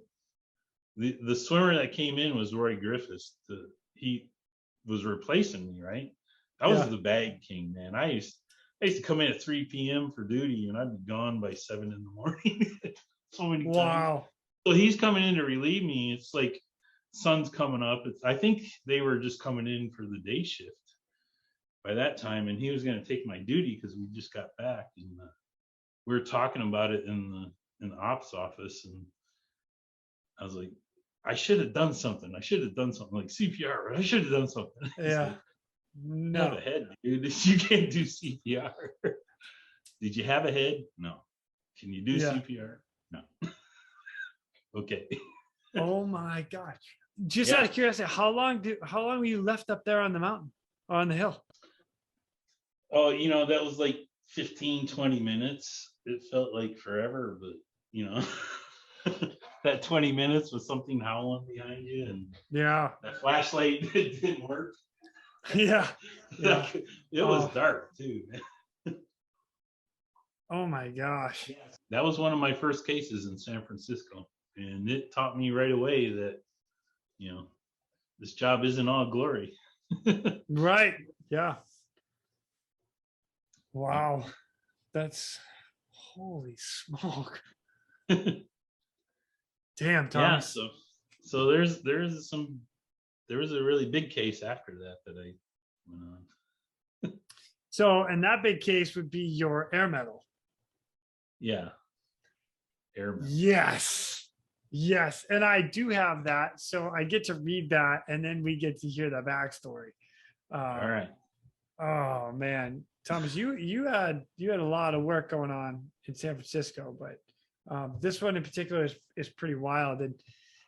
And so between the plane crash and this, how much time was there? Because this is 1988. Well, I got there like in February of '88, so this is pretty early. I mean, this is the end of the year, but I probably been there like 6 months. Within a couple months. So within 6 months, you have a plane crash, and then you get launched out on this. Yep. Oh my gosh. Yeah, your feet were like right in the fire the whole time. I'm sure I had other cases too. Well, I'll tell you what. Let's read this, and then we'll get the backstory because this is pretty awesome. Citation to accompany the award of the Air Medal to Thomas D. Cooney, Aviation Survivalman, 2nd Class, United States Coast Guard. Petty Officer Cooney is cited for meritorious achievement in aerial flight on the night of 20 September 1988 while serving as rescue swimmer aboard Coast Guard H-3 helicopter 1480. On that night, the aircrew was engaged in a rescue of 3 people from a sailing vessel, which was in danger of foundering in gale force winds and 25-foot seas, 80 nautical miles northwest of San Francisco, California. Following the successful basket hoist of 2 of the survivors, the pilot determined that the hazardous condition prohibited the second unassisted hoist from the vessel to rescue the remaining victim. Without hesitation, Thomas Cooney immediately volunteered for a night rescue swimmer deployment despite gale force winds, heavy seas, and cold water temperatures. The remaining victim quickly donned a survival suit and abandoned the floundering vessel. Displaying great courage and professionalism, Thomas Cooney deployed to the water and quickly successfully recovered the 3rd survivor. After he and the survivor were hoisted to safety, Thomas Cooney evaluated the survivors for medical condition and provided them with reassurance and encouragement during the return flight. Thomas Cooney's actions were instrumental in the rescue of 3 people. His courage, judgment, and devotion to duty are most heartily commended, in keeping with the highest traditions of the United States Coast Guard. God, I love these awards, and they're vague and they're All I right, love the way you say that too. Thanks, man. I get all pumped up about it. Awards are cool, and I get it, but all right. So you got 3 people on a sailing vessel in 25-foot waves and gale force winds. Gale force winds. Yep. Game on. The only other citation I could find from our crew was Mark Gerard's, and it names the vessel as the Seafire. So this is the sailing vessel Seafire. Okay. There's 3 people on this boat. They're traveling from Seattle. They're going to live on the boat and travel around the world. So they're on their way to islands out in the South Pacific. Probably Honolulu first, right? And they meet up with the storm, and they put out a Mayday, P3 from the the Naval Air Station Moffett Field, picked up the P3 and got a hold of the Coast Guard and sent us out there. So I know it was late in the evening. I think I just came back from a flight. Of course you did. Why wouldn't you? Why wouldn't I? Afternoon flight. Your gear is probably all wet. I had duty, so it was after 3, right? I must have been on the evening flight. Yeah. So it's still all your daylight stuff is hanging in like the shower. Everything's hanging. I think I was still getting off the helicopter when they told us we were turning around. Oh, geez. I didn't think I got to the hose to wash off. And because they had to fuel it up, so I took care of myself. And we take off, and it's like daylight. It's okay in San Francisco. It's kind of a nice day, and get around the corner outside the gate, and the wind's hitting us, and it's blowing in our face trying to get there. And so fuel wasn't like critical, but it was on our mind. And 80 nautical miles offshore, northwest, or right? Yeah, it wasn't a straight line 80 miles. We had to go like at a triangle out the hypotenuse, right? Yeah. And so we get out there, and it was a catch. The Seafire is a catch, and it has 2 masts. And I should have looked it up, but one of the masts the boat had tipped over far enough, and the mast broke, and it was coming up and following into the other mast stays and lines, right? So they couldn't sail. They were under motor, and they didn't have a big motor on that sailboat, just like a 20-horse inboard. So they weren't getting anywhere in those waves. And Steve Fry kind of talks about this a little bit in San Francisco, that it's not waves out there. 20-foot waves aren't just crashing one right at coming at you like you're on the beach. It's just jostling like it's Mercury or something, right? It's up and down, right? But there are wind-driven waves on top of it. So there's like 18, 20-foot bulges of the ocean up and down all over the place. No no common sense to it. And then there's like 4 to 6 foot waves being blown over the top of it that are curlers that are, coming over like a regular wave. Yeah. And that boat was getting his butt kicked when we got on scene. And immediately they wanted off. So we get the basket out, and Bob Hassinger's the flight mech, and he's hoisting down there. And I'm in the troop seat. That's the nice thing about the H3 is like a bus back there, right? And the swimmer is just a golden retriever back there. He's just a piece of equipment. All right, go fetch. Yeah. So I'm in the back. I got all my gear on. I'm like holding my fins, getting ready to go, and I'm listening to what's going on in the hoist. And they followed the cable around the mast that was upright. And no! Like, whoa, yeah, like. So I'm like, I gets my attention, and I go up there and I'm looking, and somehow they coordinated to unwrap it. And so I'm like over the shoulder of Bob running the hoist, and Mark's up in the other side of the door, the avionics man. And of course in the H3 it has the tube, like the tube lock, right? You pull the handle up or down to run the hoist up and down. So I never flew on the H3, so I don't. I know. Now you have the pennant in your hand, right? Yeah. There it was up next to the door. It was like a handle. Okay. Up and down. And it was like you pulled it up like to almost straight up, and the hoist would go 200 feet a minute. So it was variable speed. It was very touchy. It was all hydraulic. And then there was a switch up there to shear the cable if you followed it. So I get up there, and I'm actually looking down at the sailboat for the first time to get the cable on out of the mast. And Bryhop, the pilot, was like, all right, let's get it done. So he tells the co-pilot, you get on the radio and you tell them to put 2 people in the basket when we get it down there. I ain't messing around with this anymore. Yeah.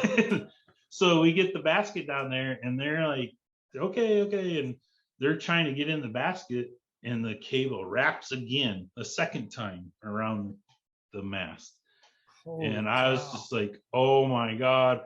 And I just kind of went back and sat down. But Bob later told me that he was going to shear the cable the second time, and he reached up to get the switch opened, and he missed it when he wanted to fire it. And I hope not, he can tell you if you can get him on the show, but I hope I wasn't in his way to shear that cable. But wow, if you were, it would have worked out well. Well, it would have pulled us out of the sky in a heartbeat too. But somehow they got together and they undid that cable again. The coordination between the flight mech and the pilot was outstanding, and it was a life and death situation right then and there. Wow. And the cable came undone. Noticed that 2 people were in the basket, and it was yanked off that deck so fast. Got those people into the cabin. They were fine, they were just scared and had their belongings in their hands and sitting in the back of the helicopter. And there's one guy left back on the sailboat. And pilot goes, well, we're getting low on gas and we don't have much time left, and I'm not going to hoist to the deck again. You have the choice. You can either jump in the water and my swimmer will get you, or you can ride this boat out and we'll come get you in the morning, maybe. Yeah. Let me think about that one for a second. I'll jump in the water. Well, they were already in their dry suit, so it didn't take them but 3 seconds to hang up the radio and jump overboard. Yeah, so it was like, play the swimmer, go get the guy. So they put me down. The waves are tremendous. I think I hit the big wave and got in it, and I unhooked while I was still in the wave, so it didn't yank me when the wave disappeared, right? Yeah. Because I've heard other people talking about that. You get in the wave and it all of a sudden goes away and you're still on the hook, right? Right. Yeah. So I unhooked and It's a shitty feeling, by the way. Like I never did that, actually. Oh, yeah, you get into one side of the face of a wave, and then you come out the backside, and you're still connected to the hook, and all of a sudden you're 15 feet off the water, and you're like, "What the heck just happened?" So yeah, anyway, especially back then when we wore the green harness that went under your arm. Yeah, yeah. Oh my gosh. I've been totally blessed and very thankful that I have a full body harness, and I have always had it. So you guys, I wore that green harness. I don't know, like breakers. 7 years I wore that green harness. Yeah. It was terrible. But so I got, the guy was on the other side of the wave, and somehow I just got there quickly and got him, and Bob put the basket right next to us, put him in the basket, and then I got the hook later on, the bear hook down there, and he floated it in the water right next to me, and we were gone.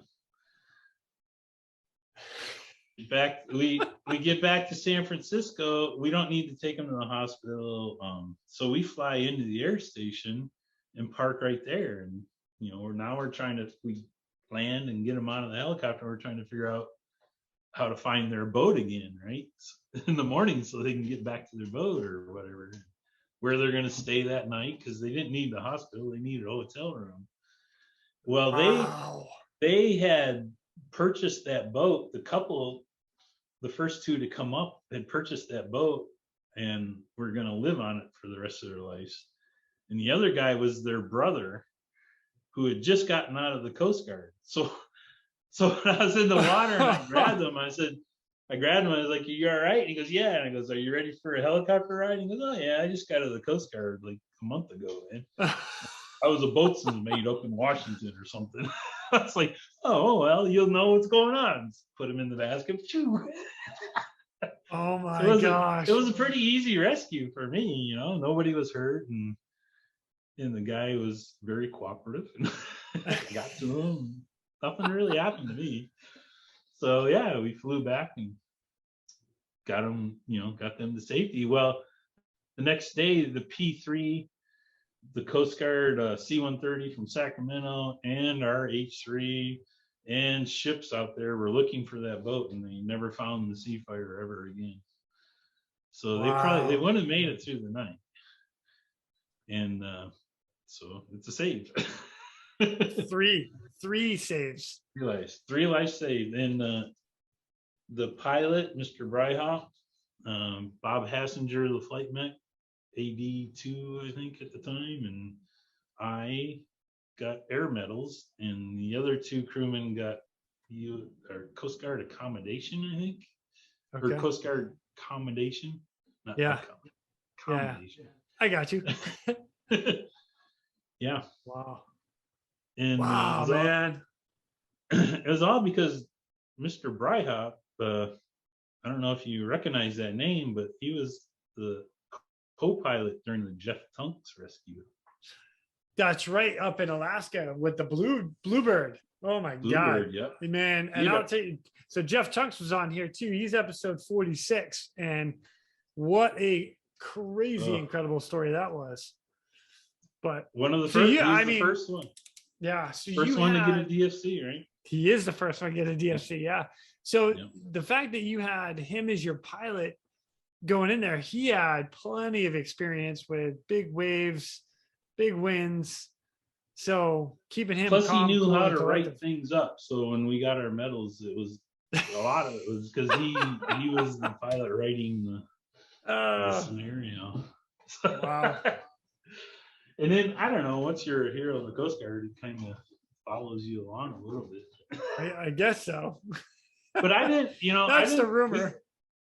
On that case, and we got back to San Francisco, and it was just like any other, or I don't want to say just any other case, but it wasn't like a big deal. I didn't know I was going to get a medal, right? I didn't know for months that I was going to get a medal until it got approved, and finally, and Bryhoff came up to us, 6 months later, "Hey, you're going to get a medal award." Wow, cool. So the cool thing really wasn't the air medal case that I was on. I mean, it was really the flight mech and the pilot that earned those medals because of the tanglement of the cable. Yeah. That nearly killed us. Unreal. But for me, the excitement started when they presented the medal to us. You know, the Air Station Award ceremony. Yeah. That's the story you need to hear. It's it's pretty good. So you gotta give credit where credit is due, and the Coast Guard has they do some great when they do an awards ceremony for guys that have gone out on big cases and stuff. They actually do it right. It's a good ceremony. It's pretty cool. Well, it was kind of a special ceremony that day, but what happened was I had duty the night before. And I assume you went flying. Oh, no doubt about that. So the ceremony is supposed to be at like noon. Wife's family. I had my wife and my neighbors coming, all dressed up, Yeah. But I had to go to duty 3 o'clock the night before. And of course, ding, ding, ding, ding, the alarm goes off and out you go.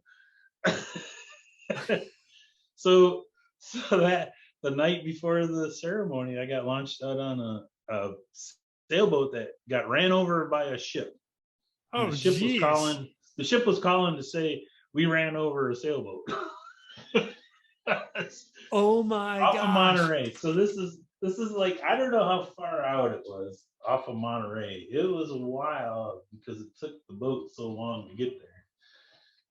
So I think they have a 50-mile limit. So I think it was like 35 miles out to sea off of Monterey. Okay. Which isn't straight out from San Francisco. It's another triangle. Yeah. Right? So we get out there and we find the sailboat, and here's this old sailboat, an old guy on it, and he's not sailing. I think he had a small motor inboard. I don't even know if that was working. So we get on, he doesn't have a radio. So let's deploy the swimmer. Go down there and talk to him. See what's going on. So we're briefing up in the helicopter in the middle of the night. It's like, it was like midnight about this time. And I know the pilot was Miss Muldoon. Miss Muldoon was a great pilot. Her husband was a Navy pilot over in Alameda flying the Sea Kings, and she's over flying the H3s. Well, we had briefed that we were going to put me in the water and I was going to swim up to the sailboat and get on. So I go out the door on the hook. It's nighttime, right? And I'm going down, and they're trying to put me on the sailboat, and the sailboat's getting closer and closer. And I'm like, all of a sudden the mast like comes at me, and it like, I had to put my arm out and I bounced off it, and I'm on the cable. So I'm like a pendulum getting pushed out, but it didn't hurt. I mean, it was like the end of the travel for the sailboat, and I just kind of pushed it off, and so they zipped me back up into the H3, and I'm sitting in the door and I get my headset on. I'm like, what are you guys doing? You told me you're going to put me in the water, and now you're trying to put me on the sailboat. And they're like, sorry. That's the first time I yelled at sorry. Oh. So they put me in the water, and I swam over there, and the guy helped me get up and got on his boat. And it wasn't a big sailboat. It had like the cockpit where the bench seat went around, right? And then we're sitting in there, and he's looking at me, and I go, "Are you all right?" And he goes, "What do you mean?" And I was like, "Well, we got a report that you got ran over by a ship." He goes, "That thing came close, but it didn't hit me."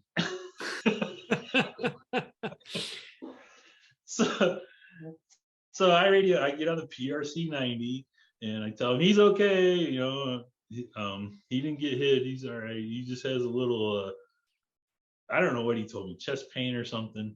So they're like, okay, well, check him out. We're going to send you down your EMT kit. I'm like, okay. So they put the trail line down, and I grab the shot bag, and I start pulling on the line, and they throw the EMT kit into the water. Oh, man. Instead of like hoisting it down to me, they throw it in the water. So now I'm like oh crap, it's getting all wet. I'm pulling in that trail line. There goes every bandage, every compression, everything is now soaked.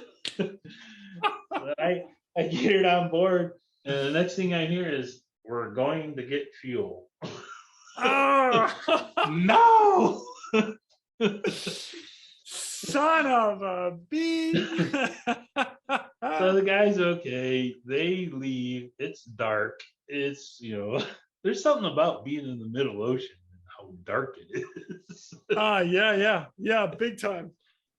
So I don't know, they're going back to Monterey or something to get fuel, and they call me back on the radio and they go, you're the 44 is coming out of Monterey. It'll be there in like 3 hours. Oh, what? Did I didn't even come back and get you? That's terrible. So I'm on the boat for like 3 hours. This guy, the only thing this guy has on the boat is like a crate of apples, and they're all already old and they stink, right? So he goes back into the cabin. I'm going to get some rest before the Coast Guard gets here, because when they take us in tow, it's going to be hell to pay. I'm like, what? He goes, yeah, I've been towed by the Coast Guard before. It's no fun. Oh my gosh. So I can't go down because of the smell of the apples. And when I first sat down, he goes, I asked him if he was okay. And then he looked at me and said, are you okay? And I thought he meant like, did I get hurt when I got knocked by the mast, right? When I was on the cable. That isn't what he meant. He looked at me and he could tell I was already getting seasick.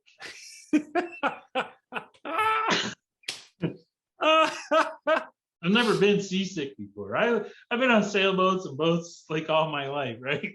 Yeah. I've never been seasick before. So the smell of the apples, I'm not going inside. It's dark out. And so I just had to go. I sat in that cockpit throwing up heaving dry heaves until I couldn't heave. I heaved nothing for so long. Oh, Thomas. And then the 44 shows up.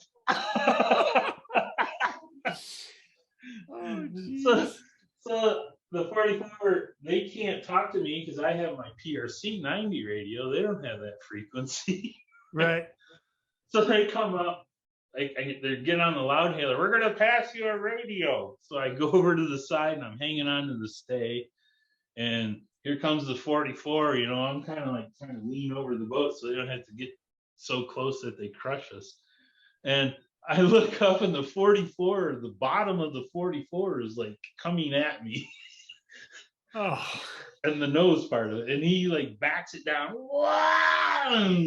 And the guy's standing on the bow at the radio and he like passes me the radio like perfectly. And that 44 is roaring backwards, not to crush us. That was probably the best. That coxswain was. I owe him my life. Jeez, oh man. Yeah, so I get on the radio. So I get the radio and they're explaining to me they're going to take us in tow and what I have to do, right? And the guy goes, "You better tie it off to the mast." And so I got it all rigged right. They shot me the line and stuff, and they take us in tow. They're not going to take us onto the 44. They're leaving us on the sailboat to keep it going forward, right? So now we're in tow, and it's going to take us like 4 more hours to get back. Oh my gosh. I couldn't go inside the boat. I've already heaved my life away. And we're in tow, and it's like that boat is just like pounding through the waves, and the waves are like going. I'm laying on the seat in the back cockpit, and the waves are going by, right? They're like 3 or 4 feet splashing by, and pitch black dark, and there's nothing but plankton everywhere.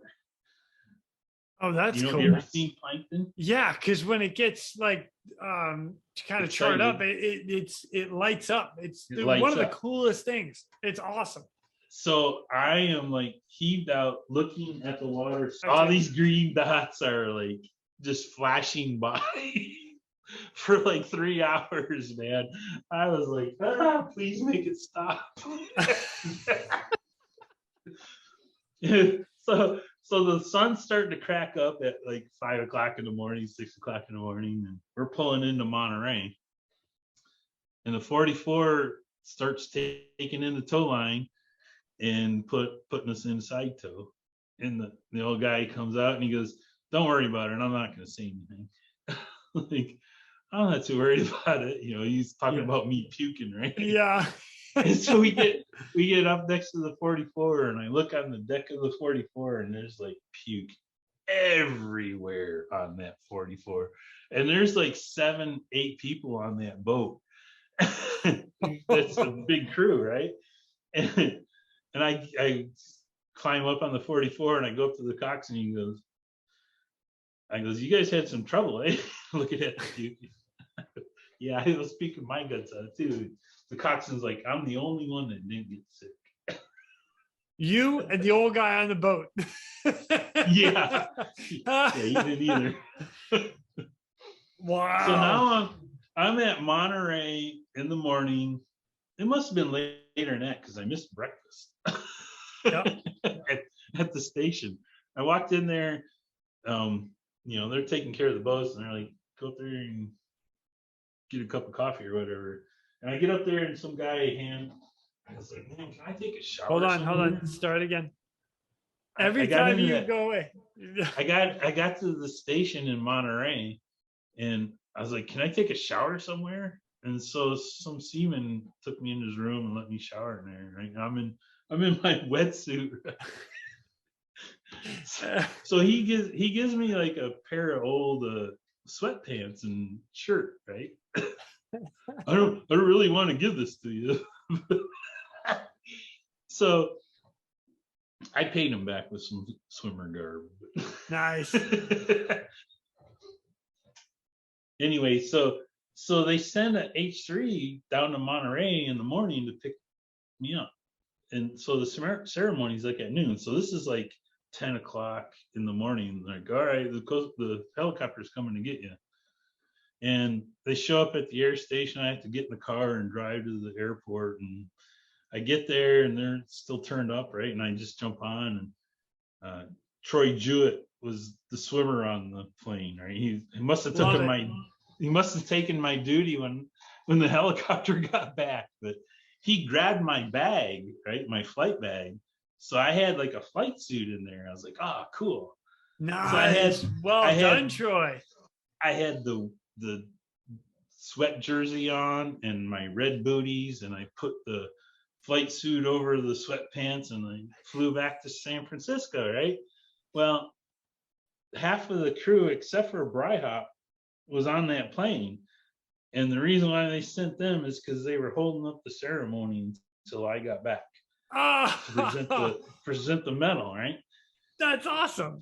So we fly into San Francisco, and we're landing on the ramp, and they're all in there standing at attention, and you know, the family's all up front, and it was a big ceremony.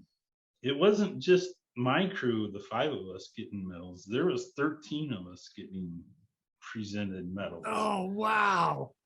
I'm not positive, but I think Bryhop was actually getting his DFC. From the Bluebird case. From the Bluebird, I think. I'm not positive. Wow. Somebody got a big medal because the air medals weren't the big medal there. And because it was such a big presentation, it wasn't our captain. They brought in like the admiral from the district to present these. Jeez, oh man, that's awesome. So we get off the airplane. I had no time to change, so I'm standing there in a flight suit with red booties, and I look like hell because I'd been up all night. And I'm standing there, and of course, there's 13 people, so there's like 4 people that get their medals, and then they get to our crew, and they get up to me, and I'm like weebly wobbly up there. And the admiral gets up to me to present me the certificate, or he had the medal in his hand. He goes, "You look like hell, sailor." And I looked at him and I said, "You'd look like hell too if you went through what I just went through." Oh, Thomas, that's great. He didn't know what to say. He just like, okay. He goes to the next Oh, and he had no idea. No idea, man. And so the medal, like, I was just like, I want to get out of here, get my wife and go home, get some sleep. Yeah. So the whole medal thing was like no big deal. That is awesome. Oh my goodness, Thomas, this has been awesome. But our crew, it's not over yet. Our crew wins the Coast Guard Foundation Award for 1989. So they flew our whole, for that case, they flew our whole crew to New York City. They had a big presentation. They put us up in the Marriott Marquis for 3 nights. And, you know, they flew, not only me, but our partners, my wife went with me. And, you know, they gave us like $1,000 cash to spend. That didn't go very far in New York City, but no, it is New York. But it helped. Yeah. And it might get you a cab ride or two. Yeah, so we won the foundation award presentation, and that's a pretty cool thing to look at, the history of the Coast Guard Foundation. They do a lot of things for the Coast Guard, and they're not just coasties. They're people that have a lot of money and they support the Coast Guard, whether they're ex-coasties or not. Some of them have been saved by the Coast Guard and they just donate and give their time. Well, they help out all over the place with the Coast Guard. And so they do this big presentation, and it wasn't just our crew. There's like 5 crews there. Wow. I keep saying to you, my medal didn't really mean anything because it was overshadowed. Like at first I didn't know I was getting it. And then when I got presented it, it wasn't the big medal, right? There was other medals that were better. And we get to the foundation award. You know who one of the other crew is? Oh. No, which one? Is Joe Rock. Okay. He's the second guy to get a DFC. Of course he is. As a swimmer. And of course, you're there. We're there. To get yours. And they're there. And there's Joe Rock. So Joe Rock overshadows me. I was a classmate with Joe Rock at A school. Oh, that is awesome. But it wasn't either we were both H3 crews, and we weren't the big people there. There was a storekeeper, second class petty officer named Toki. I can't remember his first name. It's in the presentation I gave you. That guy got a silver life-saving medal, which is higher than the gold life-saving medal. Wow. He saved a bunch of people in the surf on a surfboard while he was on vacation in Norfolk or somewhere. Wow. Yeah. He was like, I was like in awe of him, man. Toki. Dang. That's awesome. Yeah, so overshadowed, man. Overshadowed twice. I only took 2 surface rides, and I don't think I got the 5 points for that air medal when I made first class. So that medal really doesn't mean much to me. That's so funny. It does. You know what? It's still a way to remember that in particular rescue and that case, and to give recognition to the entire crew for a job well done. 3 lives saved. I mean, that's awesome. There's so many cases that could or should have medals that don't. They don't. Oh yeah. So I'm sorry if you didn't. It's all subjective. You didn't get one. I'm sorry. I don't know. It means a lot to me, but it doesn't mean everything to me. Right. No. And then San Francisco was so crazy. There's so many things that happened there while I was there. For instance, the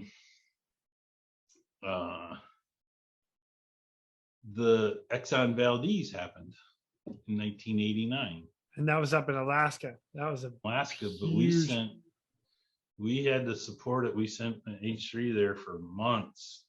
And not only just one crew, but a bunch of people from the air station were there. Yeah. Like 25% of our air station was up there for a long time. So little side note, no, a little history of my own there. But when the Exxon Valdez happened, so my uncle was in the Coast Guard, and he was down, I believe he was in New Orleans at the time, and he was the only one that had experience with stuff like that. And he got put in charge of the entire cleanup. Oh, wow. Yeah. So he was flying on all sorts of different helicopters. So Dennis McGuire, I was like, oh man, come on, Uncle Dennis, let's do this. Yeah, and then 89, the big earthquake happened. In San Francisco. Yeah. Oh, yeah. I had just gotten off of duty at 3:00 in the afternoon. I drove home. I was laying on my bed because my wife was getting ready to go to work. She worked night shift. She started at 6:00 at night. Night shift doing what? She worked for Intel at the time. That was my first wife. Oh. But yes, she's getting ready to go to work, and I had the baseball game on, getting ready to watch the baseball game, and it sounded like a train coming through my backyard, man. And I lived in San Jose. I was pretty close to the earthquake. Our house shook from one side to the other like 2 or 3 feet. I was sitting in the door. We were in the door, and she's in between my arms. I'm like, if I can just hold the door open long enough that it doesn't crush us. Holy smoke. And everything glass that pertained to alcohol like crashed and broke. Of course it did. All the wine glasses from our wedding, and yeah, so that was exciting. And then there was another one, Bill Graham. Bill Graham they flew the helicopter into the wires. Bill Graham is a concert promoter. Big famous. At the time he was promoting all the concerts. Okay. Throughout the world. Wow. And they ended up in the high wires of electric wires with their helicopter. And then right after that, there was another helicopter that crashed that had a Coast Guard active duty on. He was at work in the helicopter doing some marine stuff over by the refineries. Yeah. And they crashed into the bay. And I was on that flight to go find them, but we didn't do anything to save them. Did you guys end up deploying down to it, or just find it? It was too close. It was close enough to shore that they could get to it. Oh, gotcha. Man, and then bridge jumpers in San Francisco. Oh, that's ridiculous. I had another guy on here, Tom Moore, bosun's mate, and he talks about that because he was down in San Francisco. Jumpers all the time off the Golden Gate. Yep. Yeah. Saddest thing. I've recovered a few. And so there was a burnout there in San Francisco because you've seen so much going on. And then you had the Steve Fry case. That was the last year I was there. Yeah. In 91. I think I was actually the first air medal for a rescue swimmer. You can prove me wrong. If anybody's out there that could prove me wrong, but I think my air medal was the first rescue swimmer air medal. All right. There was Jeff Tonks. Jeff Tonks had his DFC. Yep. There was a guy, Ron Feen, that you and I talked about a little bit. He had actually gotten 2 air medals before I got mine, but he was a flight mech on a 65 out of North Bend, and one was a logger that he was an EMT, so he got the logger up and saved him by the time they got to the hospital. And then he had another sailboat case that he got an air medal. He had 2 air medals before I had mine, but they both said flight mech, right?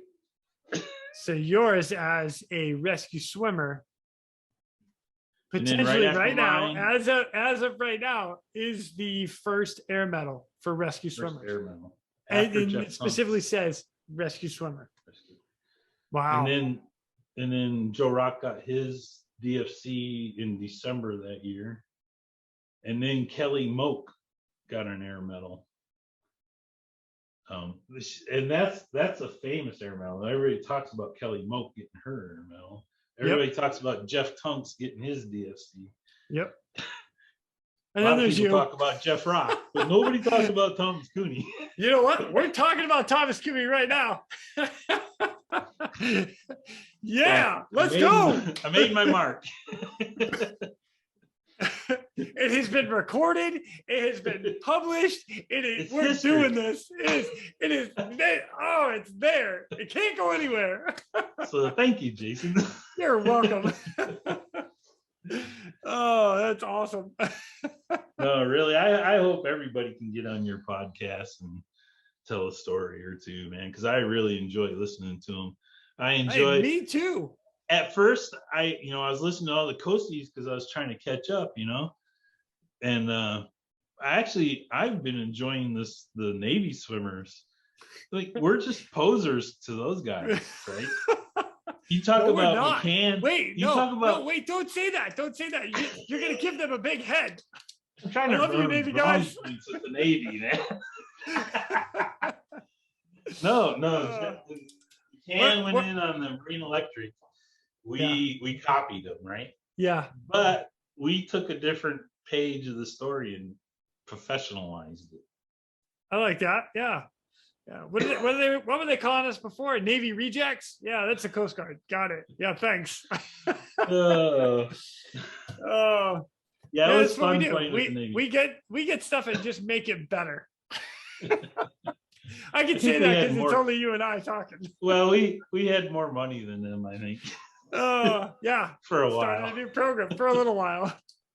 Plus, we do a different case, right? We're out there saving recreational marine problems, and they're out there saving ejected pilots. Yes. Yep. But you had one Navy guy, though, I think the second to last one that's published now, Hawes. Yep. Jason Hawes. And he was talking about swimming. Well, first he talked about the jellyfish. Yeah. Yeah. And then he talked about swimming with the dolphin and saving the dolphin. And I was like, oh man, you got to save a dolphin. But I've always said throughout my whole career is always save the dog. Yeah. And I never got to save a dog. Oh man. That's hilarious. I love it. Yeah. Oh. Yep. So those are exciting times. That was many, many years ago. I've been retired now as long as I served in the Coast Guard. That's all. And you know what? And the fact that you can like reminisce and talk about all these cases like with such fine detail, that just goes to show how many of these rescues and these missions and cases we get called out on that just leave such an impact. So yeah. But yeah, you did that one podcast with the Enrique crew. Yeah. Where you had the whole crew on. And Don Enriquez. Don Enrique, yeah. Yeah. Yeah, that was exciting to listen to the whole crew. It would be so cool if you could get like an interview as they come back, from the big risk. I'll keep working on it. You have to put somebody at every air station. Yeah. Those spies. Oh, yeah. Good stuff. Yeah, I mean, there's so many great people out there that do this job, It's amazing. Yep. And there's I talked to you earlier before about books and I had some ideas. I think I'll give this one away, but I have some ideas for a bunch of books, but I wanted to write something about like your number 500, which is correct. A cool number, right? Nice round. It is a cool number. Like I think actually right in the middle right now, right? I love the fact I'm 500 even. I was like, I wanted to write a book like the first 300, right? Or it would be kind of cool to do the 500 marks now because we're into our third. We're over 1,000, getting into the third set of 500s, right? But it was the first 300 that actually brought this program into existence throughout the whole Coast Guard. Right? It took 300 of us to get there. Yep, for sure. We're just over 1,000. So I am definitely nobody's retiring or what? Yeah. It's I was definitely not part of the growing. I was in the section of I'm going to use our group as like I'm going to say perfected it, but we continue to tweak it to make it even better. And the guys that are doing it now, it's gone so far. Professionals now. Oh, absolutely. Yeah. We were just young dumb kids when I went through. We didn't know what we were doing. Learning the programs. And it's amazing to hear like what guys have done when programs started and the leaps and bounds that you have to go through, the trial and error, and this works, this doesn't, and then continue to learn in the process. It's amazing. Well, I was stationed in Traverse City. Oh, that's one thing I wanted to talk about is the 2 times that I really thought for sure in an instant that I was going to die. Okay. All right. I was stationed in Traverse City twice. And the first time was in the H-60s after being in San Francisco. And the second time I went to Hawaii from there and then back to Traverse City the second time in the H-65s. Well, in the H-60s, there was a case that I was on that I for sure was going to die. And Jeff Tunks talks about being lifted up, and I'm sure I was there at this time. But we'd gotten a call over in Lake Huron, and a boat was taking on water, and a ship was protecting it that was going into Alpena. So we're flying over there. We're coming up from the south, and there's no boat stations over there. There used to be one, and what they have now is just reservists running it. So there was a reservist in a whaler going up to the boat, and we caught him about 12 miles away, right? And he's by himself in the whaler, and he's got a pump on the boat, and he's like, yeah, when I get there, I can get the pump. And he's like bucking the winds, right? So we fly up to the ship, and there's a cruiser tied up next to the ship. And the pilot's like, well, we're not going to wait for the boat. He's by himself. How can he do anything? We're going to put you in the water. You can go up on the boat, and we'll send you to the pump that we have. And so they deploy me in the water. I free fall, and I'm looking at that cabin cruiser. And what I didn't realize, and the pilots should have told me, they didn't tell me, that the cruiser was tied up next to the ship, but the ship had its thrusters on to push against the weather. Oh. So it was thrusting against the elements. The ship. Yeah. But so it's pushing the wind is actually winning, right, over the thrusters. So the ship's actually moving, and it's coming at me, and I didn't realize it until I got right next to the cabin cruiser, and I'm like, holy crap, that ship is like running me down. Either I get on that cruiser or I have to go underneath the ship, and I don't think I can make it. It's got to be 40 feet deep and 60 feet across, right? I don't think I can get down 40 feet without this ship just crushing me and scraping me all to hell. Oh, wow. Holy. Luckily, I grabbed that cruiser and, kicked my way up onto that boat. The guy kind of helped me get up on it. And I was just like, oh my, I was just going to get crushed by that freighter. Wow. Thomas. So that was like that one instant, like, oh, you better do something right. Holy smoke, dude. So the second one, the second tour when I was there in the 65s, I get a case in Lake Michigan, way up north in the north part of Lake Michigan, on a cabin cruiser. They want off the boat because they're getting pounded. They're getting beat to death out there. And we get up on the boat, and they had like an awning on the back of it, so I couldn't be hoisted down to the back deck of the boat. So they hoisted me down to the front deck of the boat where the cabin is, right, and the handrails and stuff. And because I was going down to the boat, I didn't I think this might be the reason why you tie your fins on me now. But I didn't take my fins with me. Oh, I had mistake my number one. I had my wetsuit on. I used to put like Sorel boots on over my wetsuit or my dry suit, Okay. to keep your feet solid, right?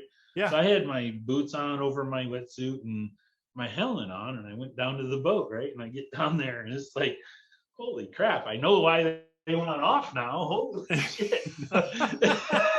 And I get to the side, I get on the deck and disconnect and get the line off the boat, and I go up the side, and I'm like holding on to the rail, and I get to the door, and I open up the door, and the couple is like sitting on their divan down there in the lounge area. Yeah. And they're just like huddling each other, scared to death, right? And hello, I'm here.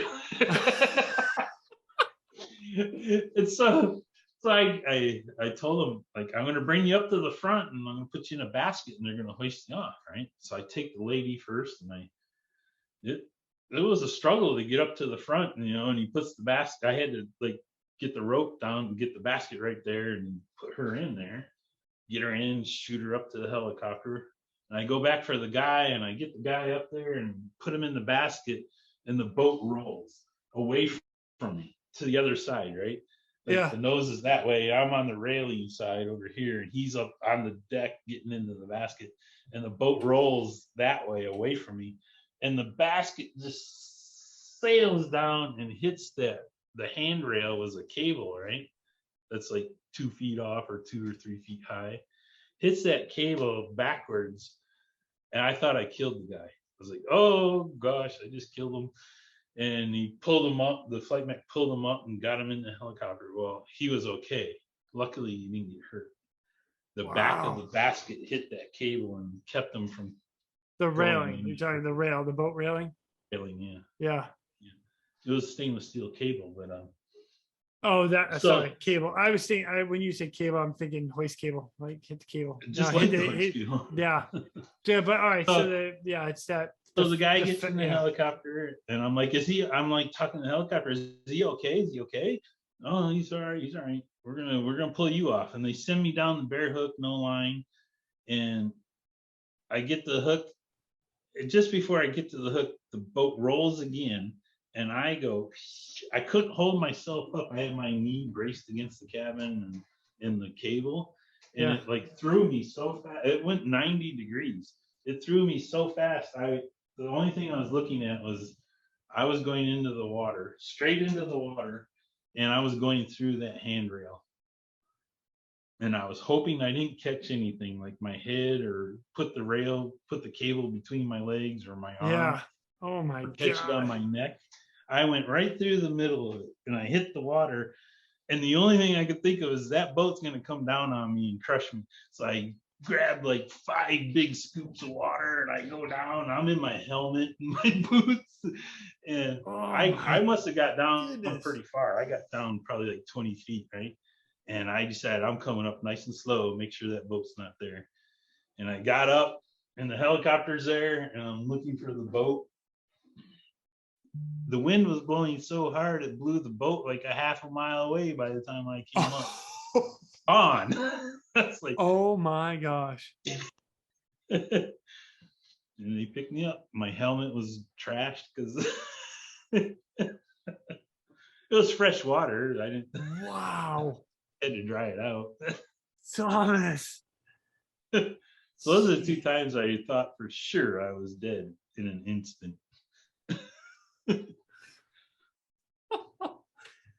Holy cow. Crazy. Those are just some of the stories. Thomas, these stories are just crazy. It's awesome. Your entire career has been like, wow. Like, well, I stood the duty, man. I only made first class. I retired as first class, and many other men, made the chief and got the program perfected for you guys. Yes, they did. For sure. I was just there to stand the duty.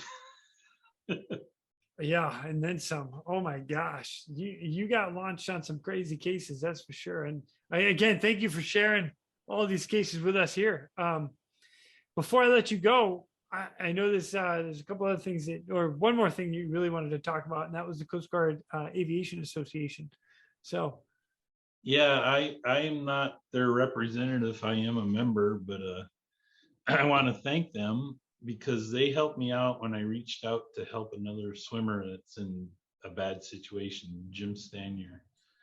And I didn't know who to turn to, so I called and I got a hold of Butch Blythe, and man, that guy did so much work to help me out with a fund that we started. It ran for like 2 months, and we collected enough money for his family to get them out of debt. And man, that is awesome. So I first want to really thank the Coast Guard Aviation Association for doing that. Butch Blythe, hoorah, you're a hero to me and to his family, and everybody that pitched in to help out. We raised way more money than I thought. I was hoping to get like maybe $5,000 that would help them out for a couple months worth of debt, and we ended up over $12,000. So wow, they were able to get out of debt. I'm working with this family now to get them more help from the VA and other things, and hopefully we can get them taken care of. But I just want to reach out and thank everybody that helped out, and I want to encourage people to go there and look for the history of the Coast Guard Aviation through their website.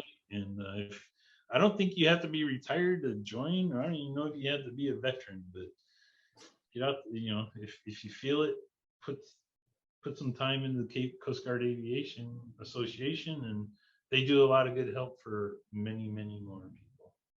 So, man, awesome. You thank them. I want to thank you for doing this. And thanks, man. I do this just because it's fun for me. I love these stories. It's ridiculous how much I love them. And like, I sit down and talk to my wife about all of them, especially like after we're done. I'm like, babe, wait until you hear this. And she's like, yeah. I'll listen later. Yeah, I think my wife's listening to all your podcasts. I know she's watching you on Facebook. Nice. Hey, thank you. Tell her to bring time. Hopefully I'll see you at one of these reunions. Yeah, for sure, man. And if I get out to Sacramento, I'm giving you a call for sure. Yeah, we're going skiing, dude. Come out in the winter. That's right. Yes. Anybody wants to get out here, I'll meet them in Tahoe, or they can come and stay at my house and we'll go to Tahoe. But I also mentioned to you before about the Vail Resort Ski Pass. Yep. I think I sent you the link, right? You did.